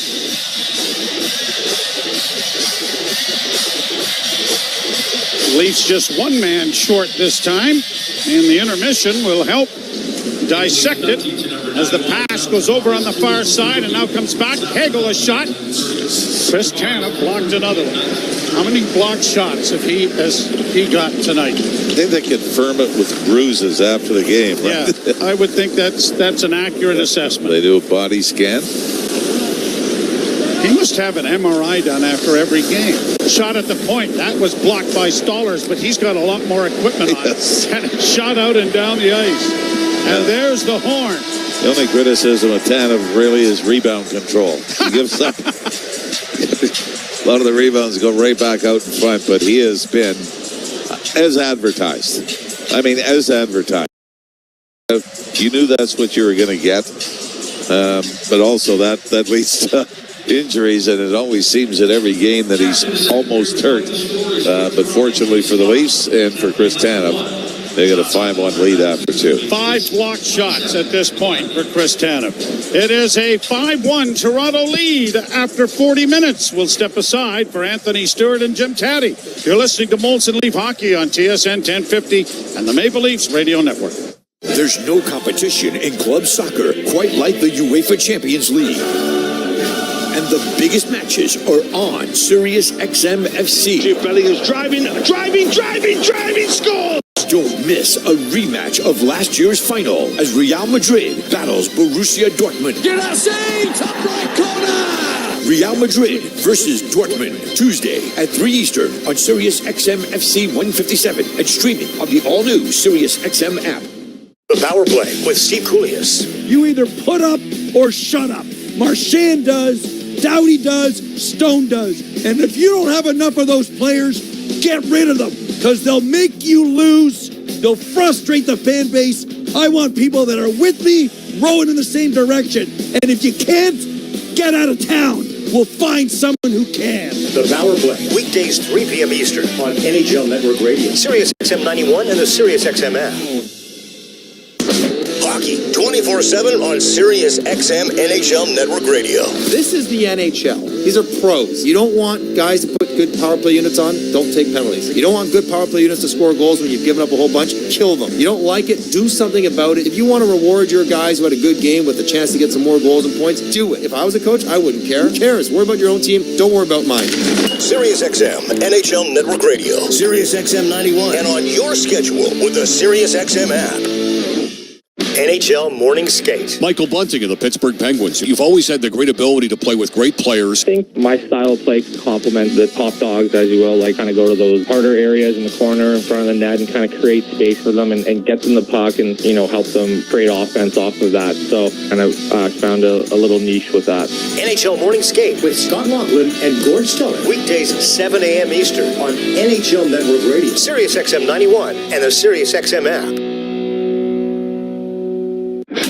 Big names are on NHL Network Radio. The head coach of the Carolina Hurricanes, Rod Brindamore. Kochetkov making that jump last year. What do you see in the net? The kid wants it. That's the first thing. Is he going to be the guy that we're looking at this year to get after it and take a bigger role? Maybe. But we still got Freddie in here. I think he's got something to prove. So I think we're going to have a good battle in the net. Sirius XM NHL Network Radio, Sirius XM 91, and the Sirius XM app.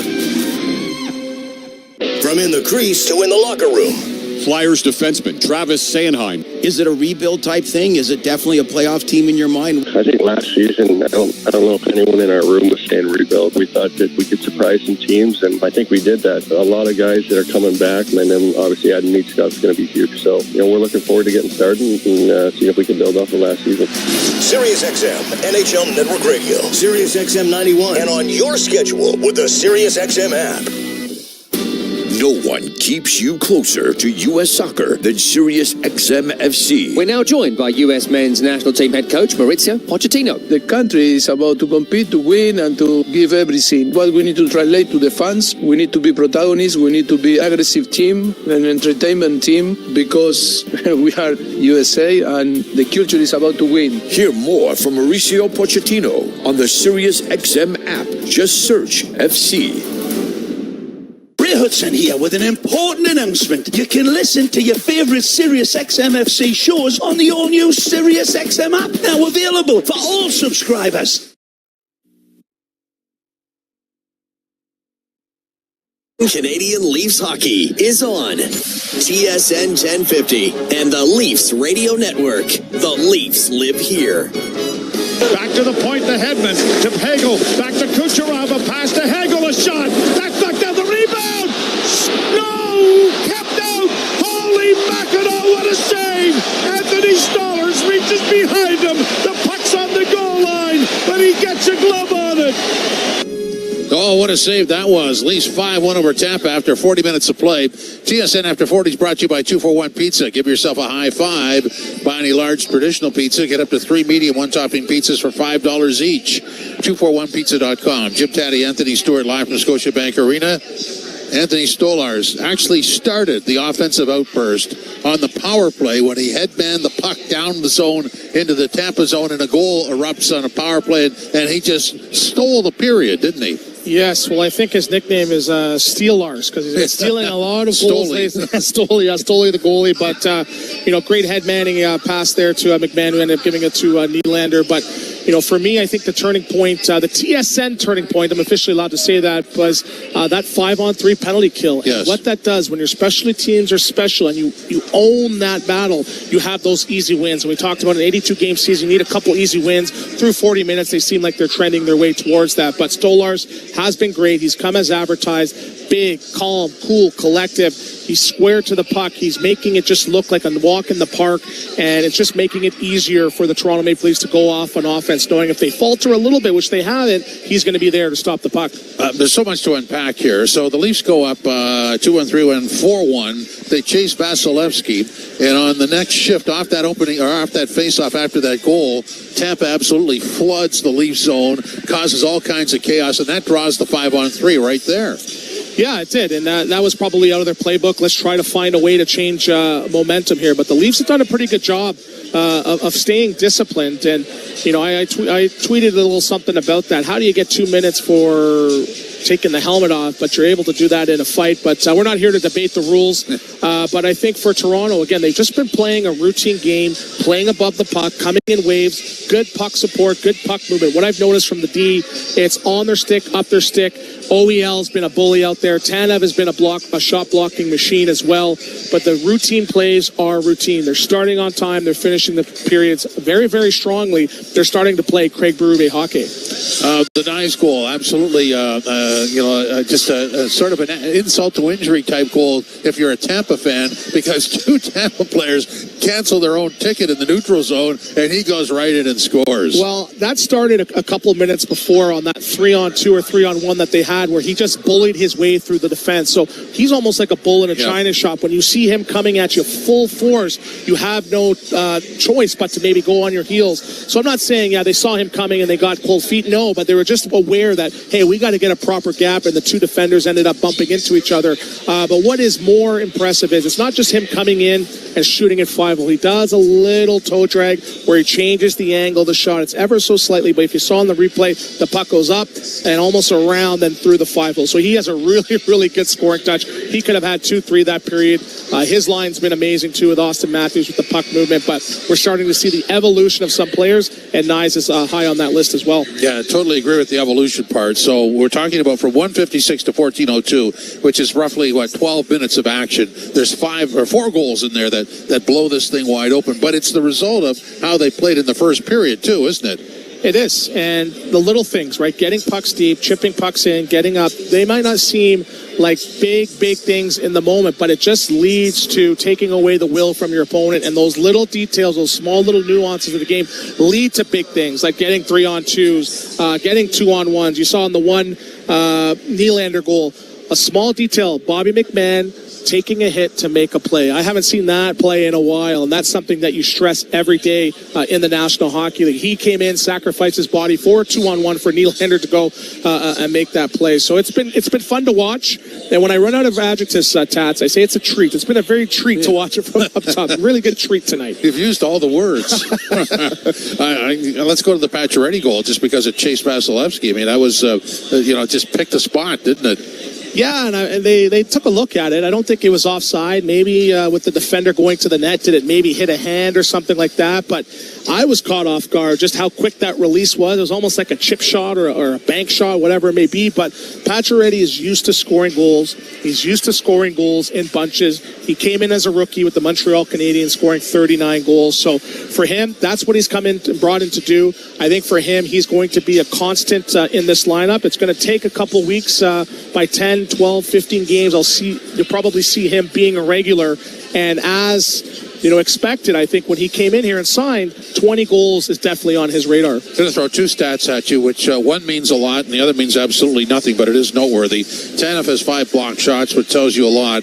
In the face-off dot, Tampa is actually 69% and the Leafs 31. So far, that's been a non-factor. Yeah, it's been a non-factor, but the one thing for Tanev, what that does is it's contagious. When you have a guy that's sacrificing his body, that's made most of the money already, he doesn't need to be jumping. That just shows, what type of player he is. And the one shot block, it looked like he lunged forward and sacrificed his face there. But that's contagious, where you have a guy that doesn't need to be doing it, laying his body on the line. It rallies up the troops. it rallies up the crowd, and it just creates momentum. The game goes in waves and ups and downs, and the more times that you contain that momentum, it gives you a better chance of winning, and he's a big momentum shifter for this Toronto Maple Leafs team. So let's end on Stolarz, which is where we started. He stopped all 16 in that period. There were a couple. There was one in the first and one in the second where he was so fast laterally moving that he didn't realize he had the puck in his body. He thought it was past. He looked past him, but he was that fast. When you're that big and so powerful, he almost has to take a little bit of power off of his T-push, because he could probably T-push from one post to the Molson sign there in the corner in Amazon Prime. But for him, it's just the confidence. He's just gaining confidence. And this is a tough market. Look at the goaltenders over the last 5-6 years to see him perform at a high level. It's creating a competition for if and when Joseph Woll comes back, but Stolarz has done his job and so much more so far for this Leafs team. Leafs 5-1 over Tampa after 40 minutes of play. This is Molson Canadian Leafs Hockey on TSN 1050 and the Leafs Radio Network. From the biggest stadiums to the coziest holes in the wall. From house parties to porch hangs to pride celebrations. From your favorite fuzz shop to your local Indian spot. From noodle bars to sports bars to salsa bars. There's a Molson with your name on it. Canadian Ultra XL. Molson. Everyone in. Must be legal drinking age. Getting my Honda CR-V has opened the door to adventure. With Econ Mode to maximize fuel efficiency, I'm free to explore. And with tons of cargo space, it's easy to pack for getaways. My dog, camping gear. It's like I've discovered a wild, adventurous side of me. Alice is excited too. Lease the CR-V LX two-wheel drive for $99 weekly at 2.99% APR for 28 months with $2,000 down. Offer includes $1,500 lease bonus. OAC conditions apply. See HondaOntario.com. Autumn is a season of change. The colors of the leaves and chill in the air. As the days grow shorter, make the moments last longer at Thermea Spa Village. Engage your senses with an Ofgas ritual. Delight in seasonal flavors with a carefully crafted culinary experience. Relax in a hot bath and soak in the beauty of autumn. Plan your personalized weekday getaway at thermea.com/whitby. Take good care. Lately, times have been challenging, with many people facing increased interest rates, inflation, and rising credit card debt. Everyone needs a little help from time to time, but it can be hard to ask for help when it comes to your personal finances. But you're not alone. Millions of Canadians share that feeling with you. 500,000 Canadians have found help with their debt, and so can you, with Consolidated Credit Counseling Services of Canada. They are one of the largest non-profit credit counseling organizations in the country, with an A+ rating from the Better Business Bureau. They could help you consolidate your bills into one affordable payment, minimize your interest rates, and get you out of debt fast. No matter how much you owe, you don't need to do this alone. To get help, call 1-800-288-4991. That's 1-800-288-4991. Let Consolidated Credit get you back to a debt-free life. Call 1-800-288-4991. Call toll-free today for a free consultation. 1-800-288-4991. Ontario license number 4705786. We all know things tend to break when you need them most, like your furnace breaking down in the middle of a cold snap. That's why Enercare is offering a free furnace checkup for homeowners in the GTA.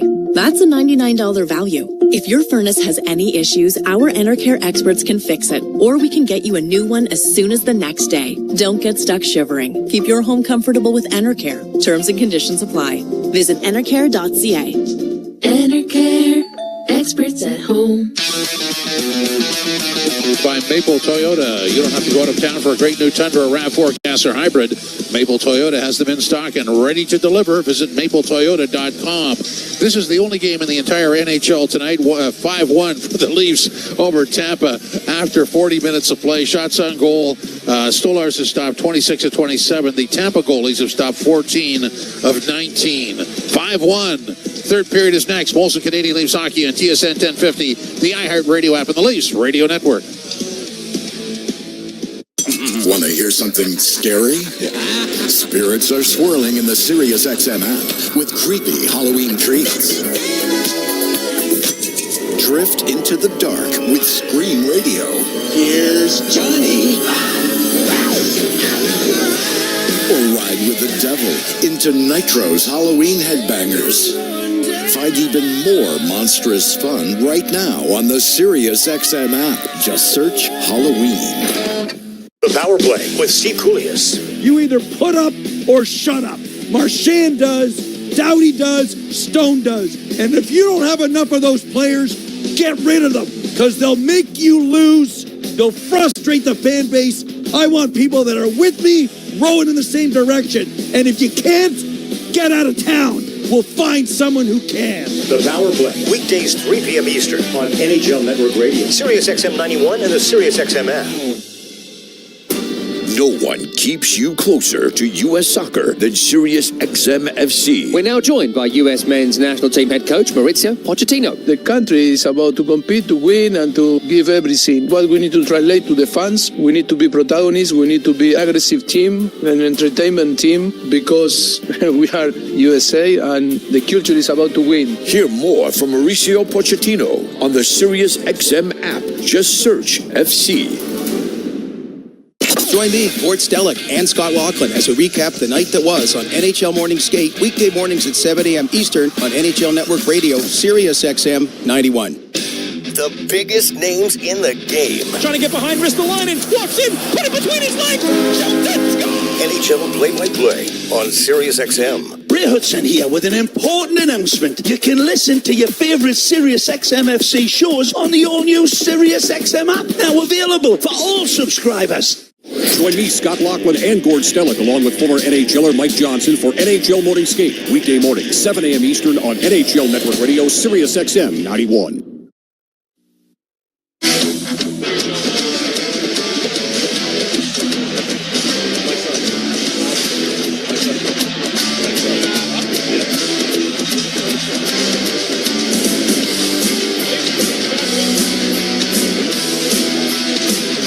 Leafs coming back onto the ice with a 5-1 lead after 2 periods of play. And as big a part of that lead is the full 2-minute double minor the Leafs had to kill off when they were 2 men short. And they have managed to do just that and maintain the advantage, and so they have a substantial lead heading into the third period. The Knies goal, Marner gets the lone primary assist. 2 primary assists already. And in multi-assist games, Marner now with a 110. He eclipsed Daryl Sittler a couple of nights ago, who has 108. And he has set his sights on Boreas Salming now, who has 122 multi-assist games in his career. 3 assists in a game. Sittler did it 36 times in 844 games. Marner has done it 29 times in 580 games. Sometimes you have to just, you take a look at that stat. It's amazing. In this era, too. Yes. And I mean, certainly this era is changing. Like we said, you've seen Nikita Kucherov with 100 assists last year. You know, he's just the 5th player ever with 100 assists in a single season. Do you know who the others are? You can probably take a guess. Or I know that, yeah. Bobby Orr was Connor one. McDavid? Well, he actually did it about a week after Kucherov got his 100s. Yeah. The other one's Mario Lemieux and Wayne Gretzky. How's that for being part of a great crew? Pretty great company, eh? Leafs are a man short here to start this third period, defending the goal down to our right and having difficulties with it. Marner creating havoc in the center ice area, forcing the Lightning back in their own zone. A drop pass to send Point up on the left wing, and Kucherov slides into the left wing corner. Tanev rubbed him out, but it comes to the near boards and back to the point. Hedman over on the left wing side. Drop back again, then from Hagel, and a pass across to Hagel. Into the slot, a shot there taken by Hedman. That was blocked by Pontus Holmberg. Leafs can't clear it, and then a bad pass by Hedman goes off Steve Lorentz and down into Tampa Bay territory. I loved the route Steve Lorentz took to the left point, which was to take away the pass along the blue line, and that's where he was able to knock it down and get it out. Leafs can't get it out the second time, though. Now here's Hagel down into the left wing boards, getting some assistance there from Gunsel. Gunsel gets it back to the point. 10 seconds left in the power play. Centering pass comes back, and it's going to get right past Kucherov and come to center ice, and the Leafs are going to kill it off.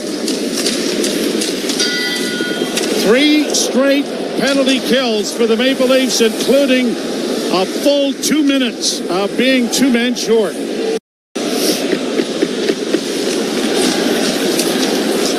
Pass up on the left wing for Riley. Off the stick of McMahon into the zone.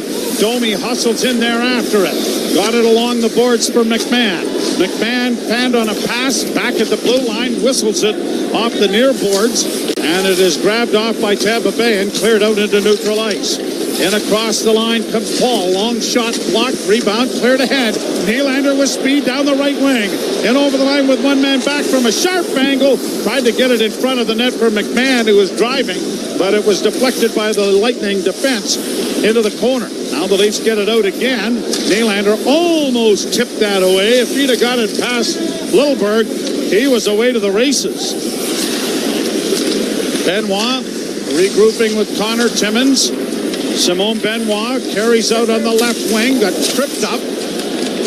Could have been a penalty, I would think. None coming. Brought in over the line by Pacioretty. Into the corner then for Robertson. Stolen. Robertson tried to get it into the slot area but couldn't. And it's out at center ice, and the Leafs have it again. Tavares lost the puck. Brought back into the Toronto zone then by Tampa Bay. Tavares steals it back. Robertson with some skating room on the left wing. Couldn't get it ahead for Pacioretty. And the Lightning have it now with a pass out into the center ice area. Hammered off the boards to just get it in, and Matthews took it away. Jake McCabe for Christopher Tanev. Tanev's pass ahead. Nicely handled with his skates there by Knies, but he couldn't carry on. And it's cleared again out at center ice, and then McCabe stepped into Connor Geekie and sent him sprawling. Left wing side, Knies. Up ahead, Matthews. Slid into the Tampa Bay zone. Ridden wide there by Chernik. That could have been interference, I think. And the Lightning now will play it back into the Toronto end. Nice, quiet, unassuming third period would be just what the Maple Leafs and Craig Berube would be overjoyed with. 5-1 Toronto. What happened against LA, they had the 5-0 lead in the third, gave up a couple of goals, which forced Berube to call a timeout and get the team to refocus. So you're right. I think there's hoping that they've learned that lesson rather early in the season. Played back to the point. Benoit shot in traffic. Blockered away by Johansson. And the Lightning get it out into neutral ice. Pontus Holmberg trying to send it in. Had it hit a body. Back on the near boards for David Camp. He'll get it in over the line. Moser plays it off on the left wing, and the defenseman gets the return pass. And now looks up ice to find Kucherov, who got it on the wing for Braden Point, but it's turned over and brought in by Nylander. And the wrist shot was blockered away by Johansson. Willie's got some jump to his step here tonight as a shot whistles off the side of the net there by Ekman Larsson. Here's Nylander into the far corner. Gets it returned by Domi. Nylander around back of the net, centering in front. McMahon couldn't pull the trigger. Back to Nylander, who works back towards the blue line. Far side and into the corner for Domi. Domi into the slot area, and a one-timer by Willie went off the heel of his stick. Domi's shot was blocked. Domi in the corner trying to get it along the boards for McMahon. Domi comes out with it back to the point once more. To Nylander and a one-timer. Ow! That struck Kucherov, and he's limping a little bit. And then a hit there sends Gunsel to the ice. And Ekman Larsson is in the middle of it. Now, I am sure that there is no love lost between Ekman Larsson and anybody from Tampa Bay after his tenure in Florida. He was only there once, but it doesn't take long, or only there for a season. But doesn't take long to figure out what the rivalry is in Florida. And what is the call going to be? And is it only going to be 2? I don't believe there's going to be any roughing calls from the Tampa side.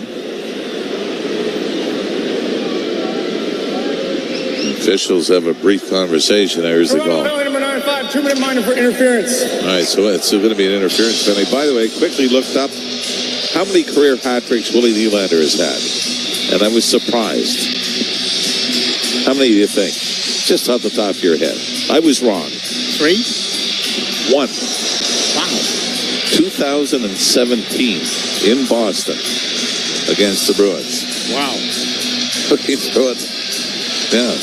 Penalty kill brought to you by CMC Markets. Take your trading to the next level with $0 commission on stocks. Isn't that incredible? Player with a hat trick before him earlier in the season was James Van Riemsdyk. Really? And actually, it was the year Matthews had 4 goals in his first game, the 16-17 season. Well, Willie's got a pair tonight and a 5-1 lead. Matthews out with Marner on the penalty kill, brought into the zone, working to the left wing boards. Geeky sent down into the corner, back of the net. Atkinson couldn't come up with it. Cirelli back to the point, onto the left wing side. Geeky with a shot. That deflects and goes high to the near wall, back into the slot area. Moser on the left wing side, centering pass. Back it comes to Moser. Left wing side, a shot. Oh, what a save made by Stolarz. It knocked the stick right out of his hands. Back it comes again for Cirelli. Interesting, it's the second unit that starts here for the Tampa Bay Lightning on the power play. Centering pass, a feed in front of the net, and trying to drive there was Atkinson, but he failed to get control of it. Now the Leafs defenseman is in behind his goaltender, Tanev. Another shot, that went off a leg wide. Leafs trying to get to it. Matthews sends it off a stick and out and down the ice it goes. I know we're not picking the 3 stars tonight. I want Tanev in there somehow. Well, I'm sorry. And Stolarz as well. Yeah, oh, absolutely. Drop pass for Hedman. Hedman gets into the zone. Pass back into the slot area. Trying to get a shot was Hagel. Hedman can't keep it in. It's out at center. Holmberg thought about racing after it, but was out of gas and has gone to the bench, and now 14 seconds left in the penalty. The Leafs penalty kill has been excellent. And across the line, Kucherov. He's knocked down on the play. Rattled around the boards by Benoit. No one there, and down the ice it goes, and the penalty expires. Kucherov skating past the official, gives him an earful. Chip back into the Toronto end. Tanev reverses the puck. Riley gets it up on the left wing. Pacioretty ahead for Robertson. Robertson a little stutter step now, trying to drive the net. I thought he could have taken it right to the hoop on the forehand, but he then turned on his backhand, tried to score short side. Robertson left wing side, dropping it back into the slot for Tavares. Shot went wide. Kept in by Morgan Riley. Now to Robertson. Robertson to Riley once more. Riley was going to send it around the boards for Tavares back of the net. Comes to the left wing side. Chip back to Benoit. Benoit D to D. Here's a shot by Riley. Stop. Big rebound in front of the goal. They're banging away at it. Still free. And a penalty for holding coming against Tampa Bay. Tavares was grabbed. Is it Lilleberg going to go? Is Tavares in front of the net, hauled down by the Tampa defenseman? 2-minute minor penalty, holding. And it is Lilleberg who is going to the penalty box. Leafs to the power play for the 5th time. And you're listening to Molson Leaf Hockey on TSN 1050 and the Maple Leafs Radio Network.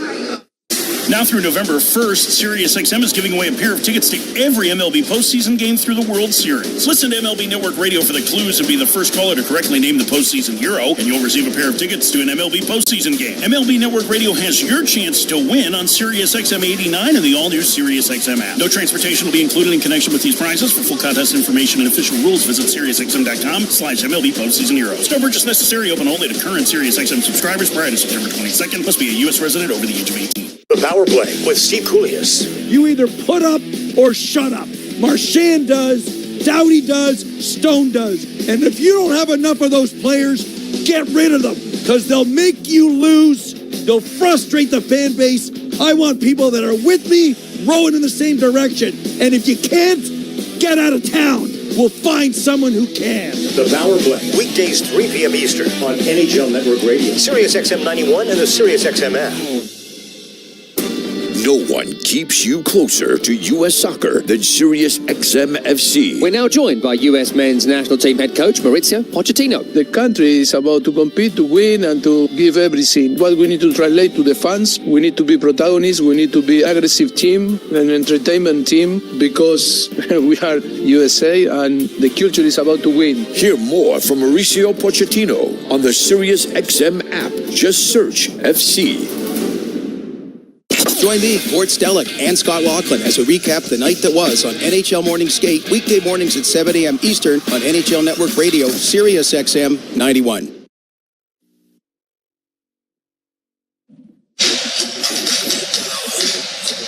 Leafs ahead 5-1 and go to the power play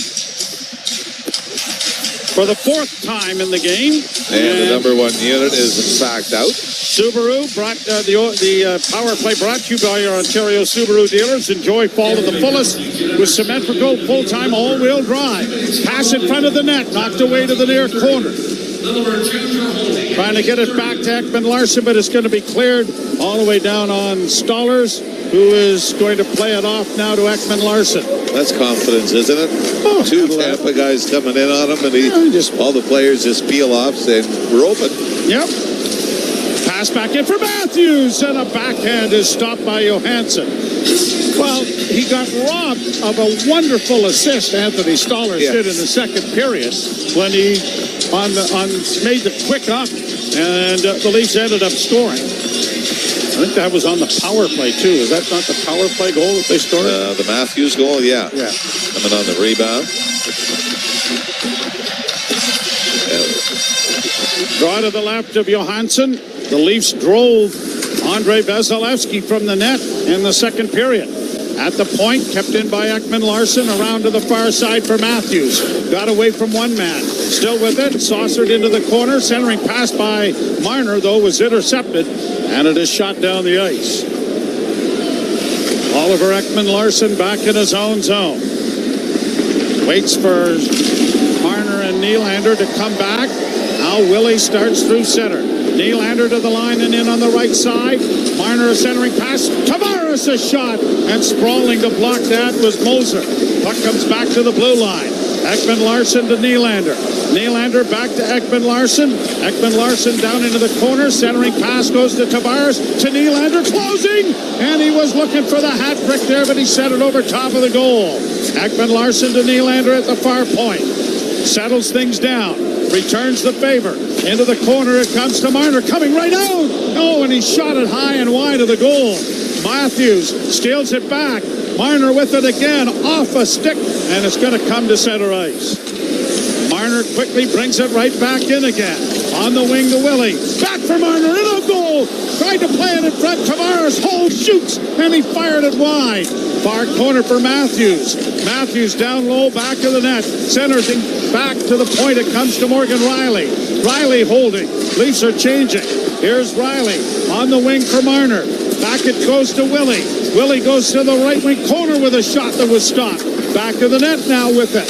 Penalty is over as it comes back, and it is shot high and wide of the goal. Leafs continue to press here. Nylander back of the net. He's been on for an hour. Back to the point it goes to Riley. Riley holds. Willie going to the bench as the deflection by McMahon goes wide. Leafs after the rebound. Cleared to the line and out. And they'll have to go back to center to get it. Knies, great move, splits the defense and a goal! And that was stopped by Johansson. The rebound controlled by Tampa and sent down the ice. Well, and that was a better move than the break he scored on in the second period. Played down into the Tampa Bay zone. Barging in there. McMahon trying to center. That went into the corner. Domi hustles after it as it's cleared away from him. And out come the Lightning with a pass that Knies gets his stick in the way of and breaks up the rush. Simon Benoit at the red line. Into the zone it goes, and off to the bench he goes. Down the wall comes Timmins. Back of the net, wraparound attempt by Holmberg was blocked. Timmins taken to the boards. Another hit along the wall by Pacioretty. Ekman Larson far side. Back into the corner looking for Robertson. Robertson comes out of the scrum with a shot. That deflected off a body and went wide. And it's cleared to the line, but not out. Robertson got there quickly. Nick Robertson, little fake. Robertson with another move, and then he abandoned the shot completely as he stepped around one more defenseman, but the Leafs continue to press. Centering pass, a shot. That was stopped. Robertson robbed. Kept alive by Pacioretty. Left wing side. This is as dominant as you're going to see. Robertson against the boards trying to keep it in. Pacioretty does with the assistance of McCabe, and finally the Lightning are going to get it out. Point sends it to the Leaf blue line.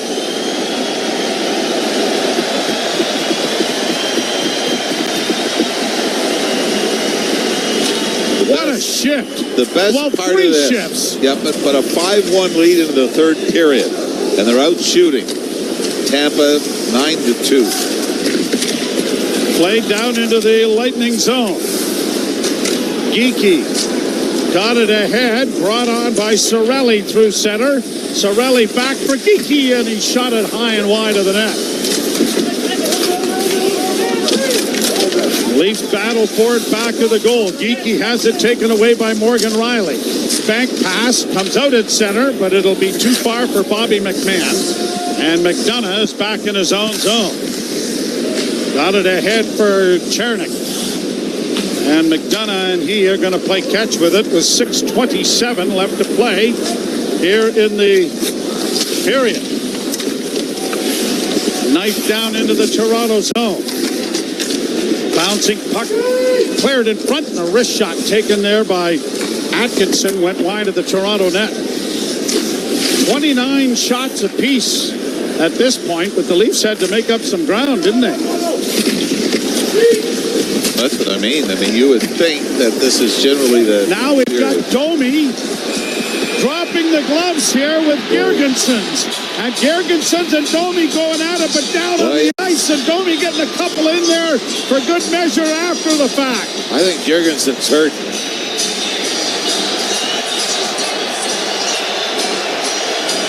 As Max Domi, I thought he caught him, and Girgensons went down. Got a great reaction from the crowd, and this might stem back to what happened in the second period, which led to the 5-on-3 for Tampa. But boy, Max Domi landed a few, and from Girgenson's standpoint, hopefully he's all right. Well, they will sort things out. Both players to the penalty box. Each 5 for fighting. And we will step aside. You're listening to Molson Leaf Hockey on TSN 1050 and the Maple Leafs Radio Network. Breaking story from Alpine News Network. Sam had aspirations of opening a clothing boutique. She called Alpine Credits and was sent a speedy superhero to help with a business loan. Super speed doesn't translate to radio, but when our hero runs, she sounds like this. If you ran at the speed of light, you'd sound funny too. Own your home? Need a loan? Alpine Credits can help. Alpine Credits, where homeowners get approved. Just for license 12616. Fall for Subaru by enjoying fall to the fullest. Think scarlet, burgundy, amber, crimson and copper, but never blue. Because with Subaru's symmetrical full-time all-wheel drive, fall is for thick, dark mud splats, terracotta mountain roads, radiant sunsets, kaleidoscopic leaf carpets, and the boldest of adventures. Avoid autumn blues and visit your local Subaru dealership to book a test drive today. Craig likes it warm. Craig loves 71 degrees Fahrenheit. Craig doesn't understand Fahrenheit. But Craig does like to save money when he's at work. Craig also cares about his carbon footprint. He's so thoughtful, that Craig. With SmartFlow from Enbridge Sustain, you won't have to think about your HVAC, but it will always be thinking of you. For a limited time, sign up and get up to $1,000 in bill credits and apply for up to $3,000 in rebates. Learn more at EnbridgeSustainSmartFlow.com. Terms and conditions apply. 5:55 to play, third period. Maple Leafs with a 5-1 lead over the Tampa Bay Lightning. Major penalties to Girgensons and Domi. Yeah, Domi also gets a roughing minor. And probably it looked like Max was a little more willing than Girgensons to drop the gloves. So this is one of those cases, Joe, where they kind of disguise the instigator as a roughing penalty. Nick Robertson is serving the minor penalty. So this is the fifth power play opportunity now for the Tampa Bay Lightning. Brought in over the line now by Point. Drop for Hedman. Hedman off on the left wing side. Gets it back again for a shot that Stolarz is able to cover up on. And the penalty kill is brought to you by CMC Markets. Take your trading to the next level with $0 commission on stocks. Now, if this was to go to court, and Max Domi, so he doesn't get the instigator, he gets a roughing penalty. Did the roughing penalty not instigate the fight? Did that not start the whole thing? Was the roughing penalty? You're looking at me like I'm smart enough to be a lawyer. I just want you to tell me I'm right. I want you to be dumb enough to say that I'm right. No, I'm not that stupid. No, I'll reserve judgment. How's that? All right. Good point, though. It's a great argument. Here's Hedman walking down, pass onto the wing, a centering pass, and they score. Anthony Cirelli got a nice pass. Yeah, it was to Braden Point. It was wide open. And Point will make it a 5-2 hockey game. And you know, since the start of the 22-23 season, only 3 players have more goals in the NHL than Braden Point. And during that stretch, that's his 100th goal since the start of the 22-23 season. David Pastrnak and Austin Matthews have 112, and he Rantanen 101 points. Kucherov from his more familiar bumper spot on the right wing sets that up. And Point scores the goal, his third goal of the season, and his power play, that is his second power play goal of the season. Pardon me, Mikko Rantanen. I think it's Andy Rantanen, the goalie. Yeah, Mikko Rantanen. 4:55 to play in the third period. Tavares trying to win the faceoff, and waved out is Nicholas Paul.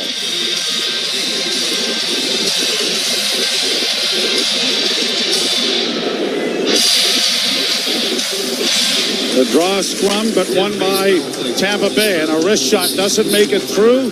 That was blocked by Morgan Riley. Now cleared down the ice, and a foot race here that is won by Robertson to deny icing, but the Lightning have the puck. Played around back of the net. Hedman getting the other assist on the goal to make it 5-2. Lightning bring it in over the line. Chafee gets it into the slot, and a shot pad save, and a good one made there by Stolarz. And Benoit carried down into the corner, couldn't make a pass. And now as the puck comes free, Bobby McMahon just plays it to open ice on the right wing. He's going to race after it. Bobby McMahon gets around his man, cuts in with a shot, and he fired it wide. Great hustle there by McMahon. I think his speed is underrated. I mean, he just throws it up the right wing boards and chases after it. beat his man, who had a head start. Lightning back in their own end. Play it in over the line. Centering pass comes back to the left wing. Back into the corner for Geeky. Back of the net now, trying to center Sorelli into the slot. A one-timer rolled wide of the Toronto goal. Penalty coming up here. And it's going to be against the Maple Leafs. And is it Chris Tannen for holding?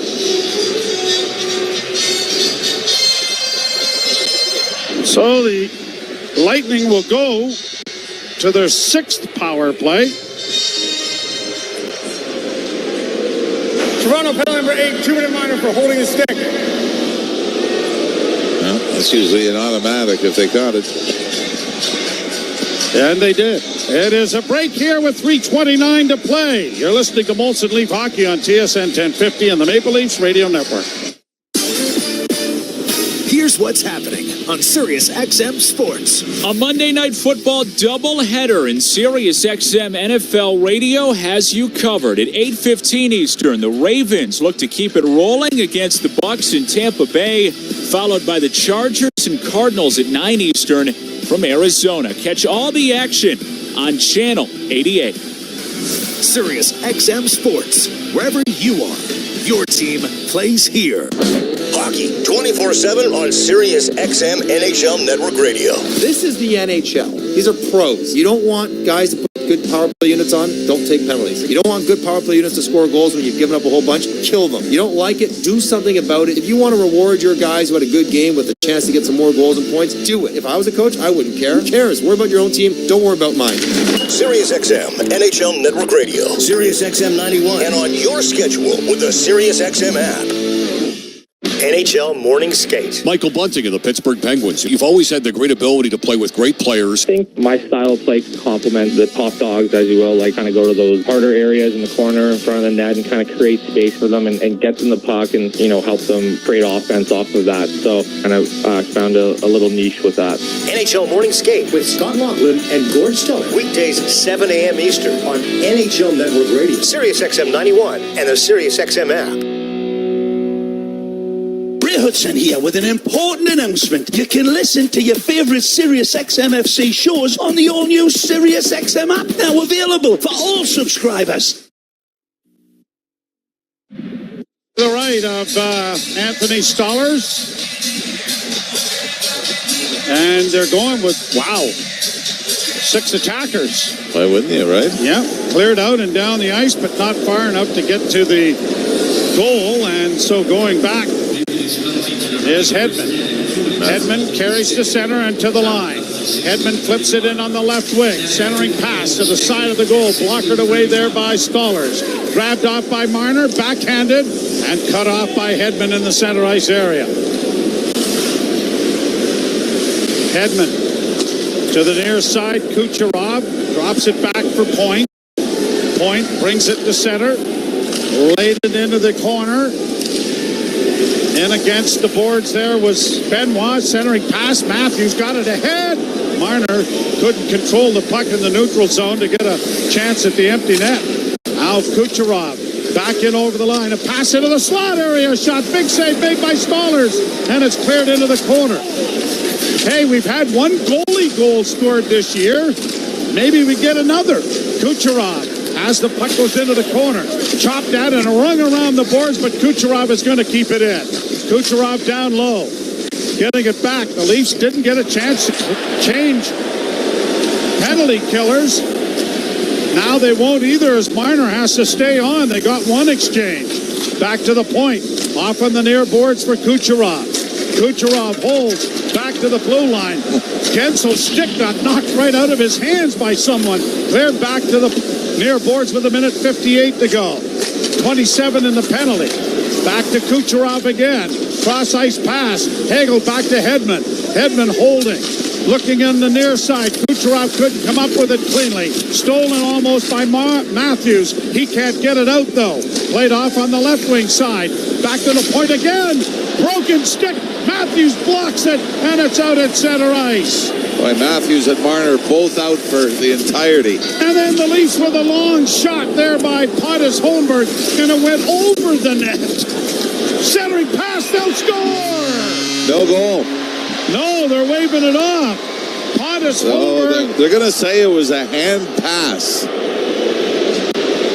Holmberg is denying that there was any wrongdoing. Yes, it was a close pass.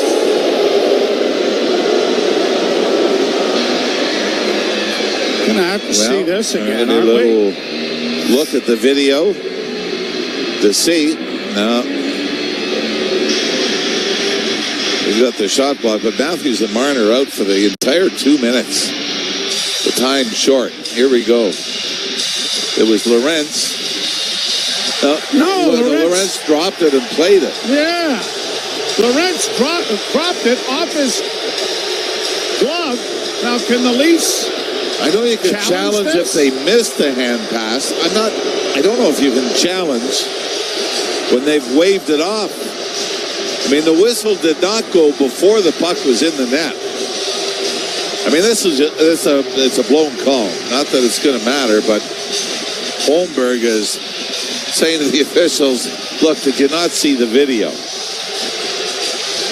And Craig Berube's pleading his case on the other side. Yeah, I mean, the official probably wasn't in the best position. He might have had his view blocked.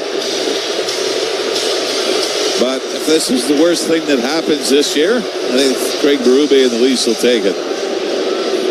But it should be 6-2, and Holmberg should have his first of the season. Yep.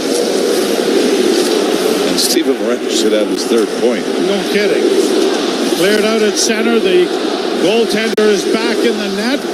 Those still in the seats, a lot heading for the exits with the lead, are upset with the officiating again as we get an icing call coming here against Toronto. Minute 3 to go in the third period.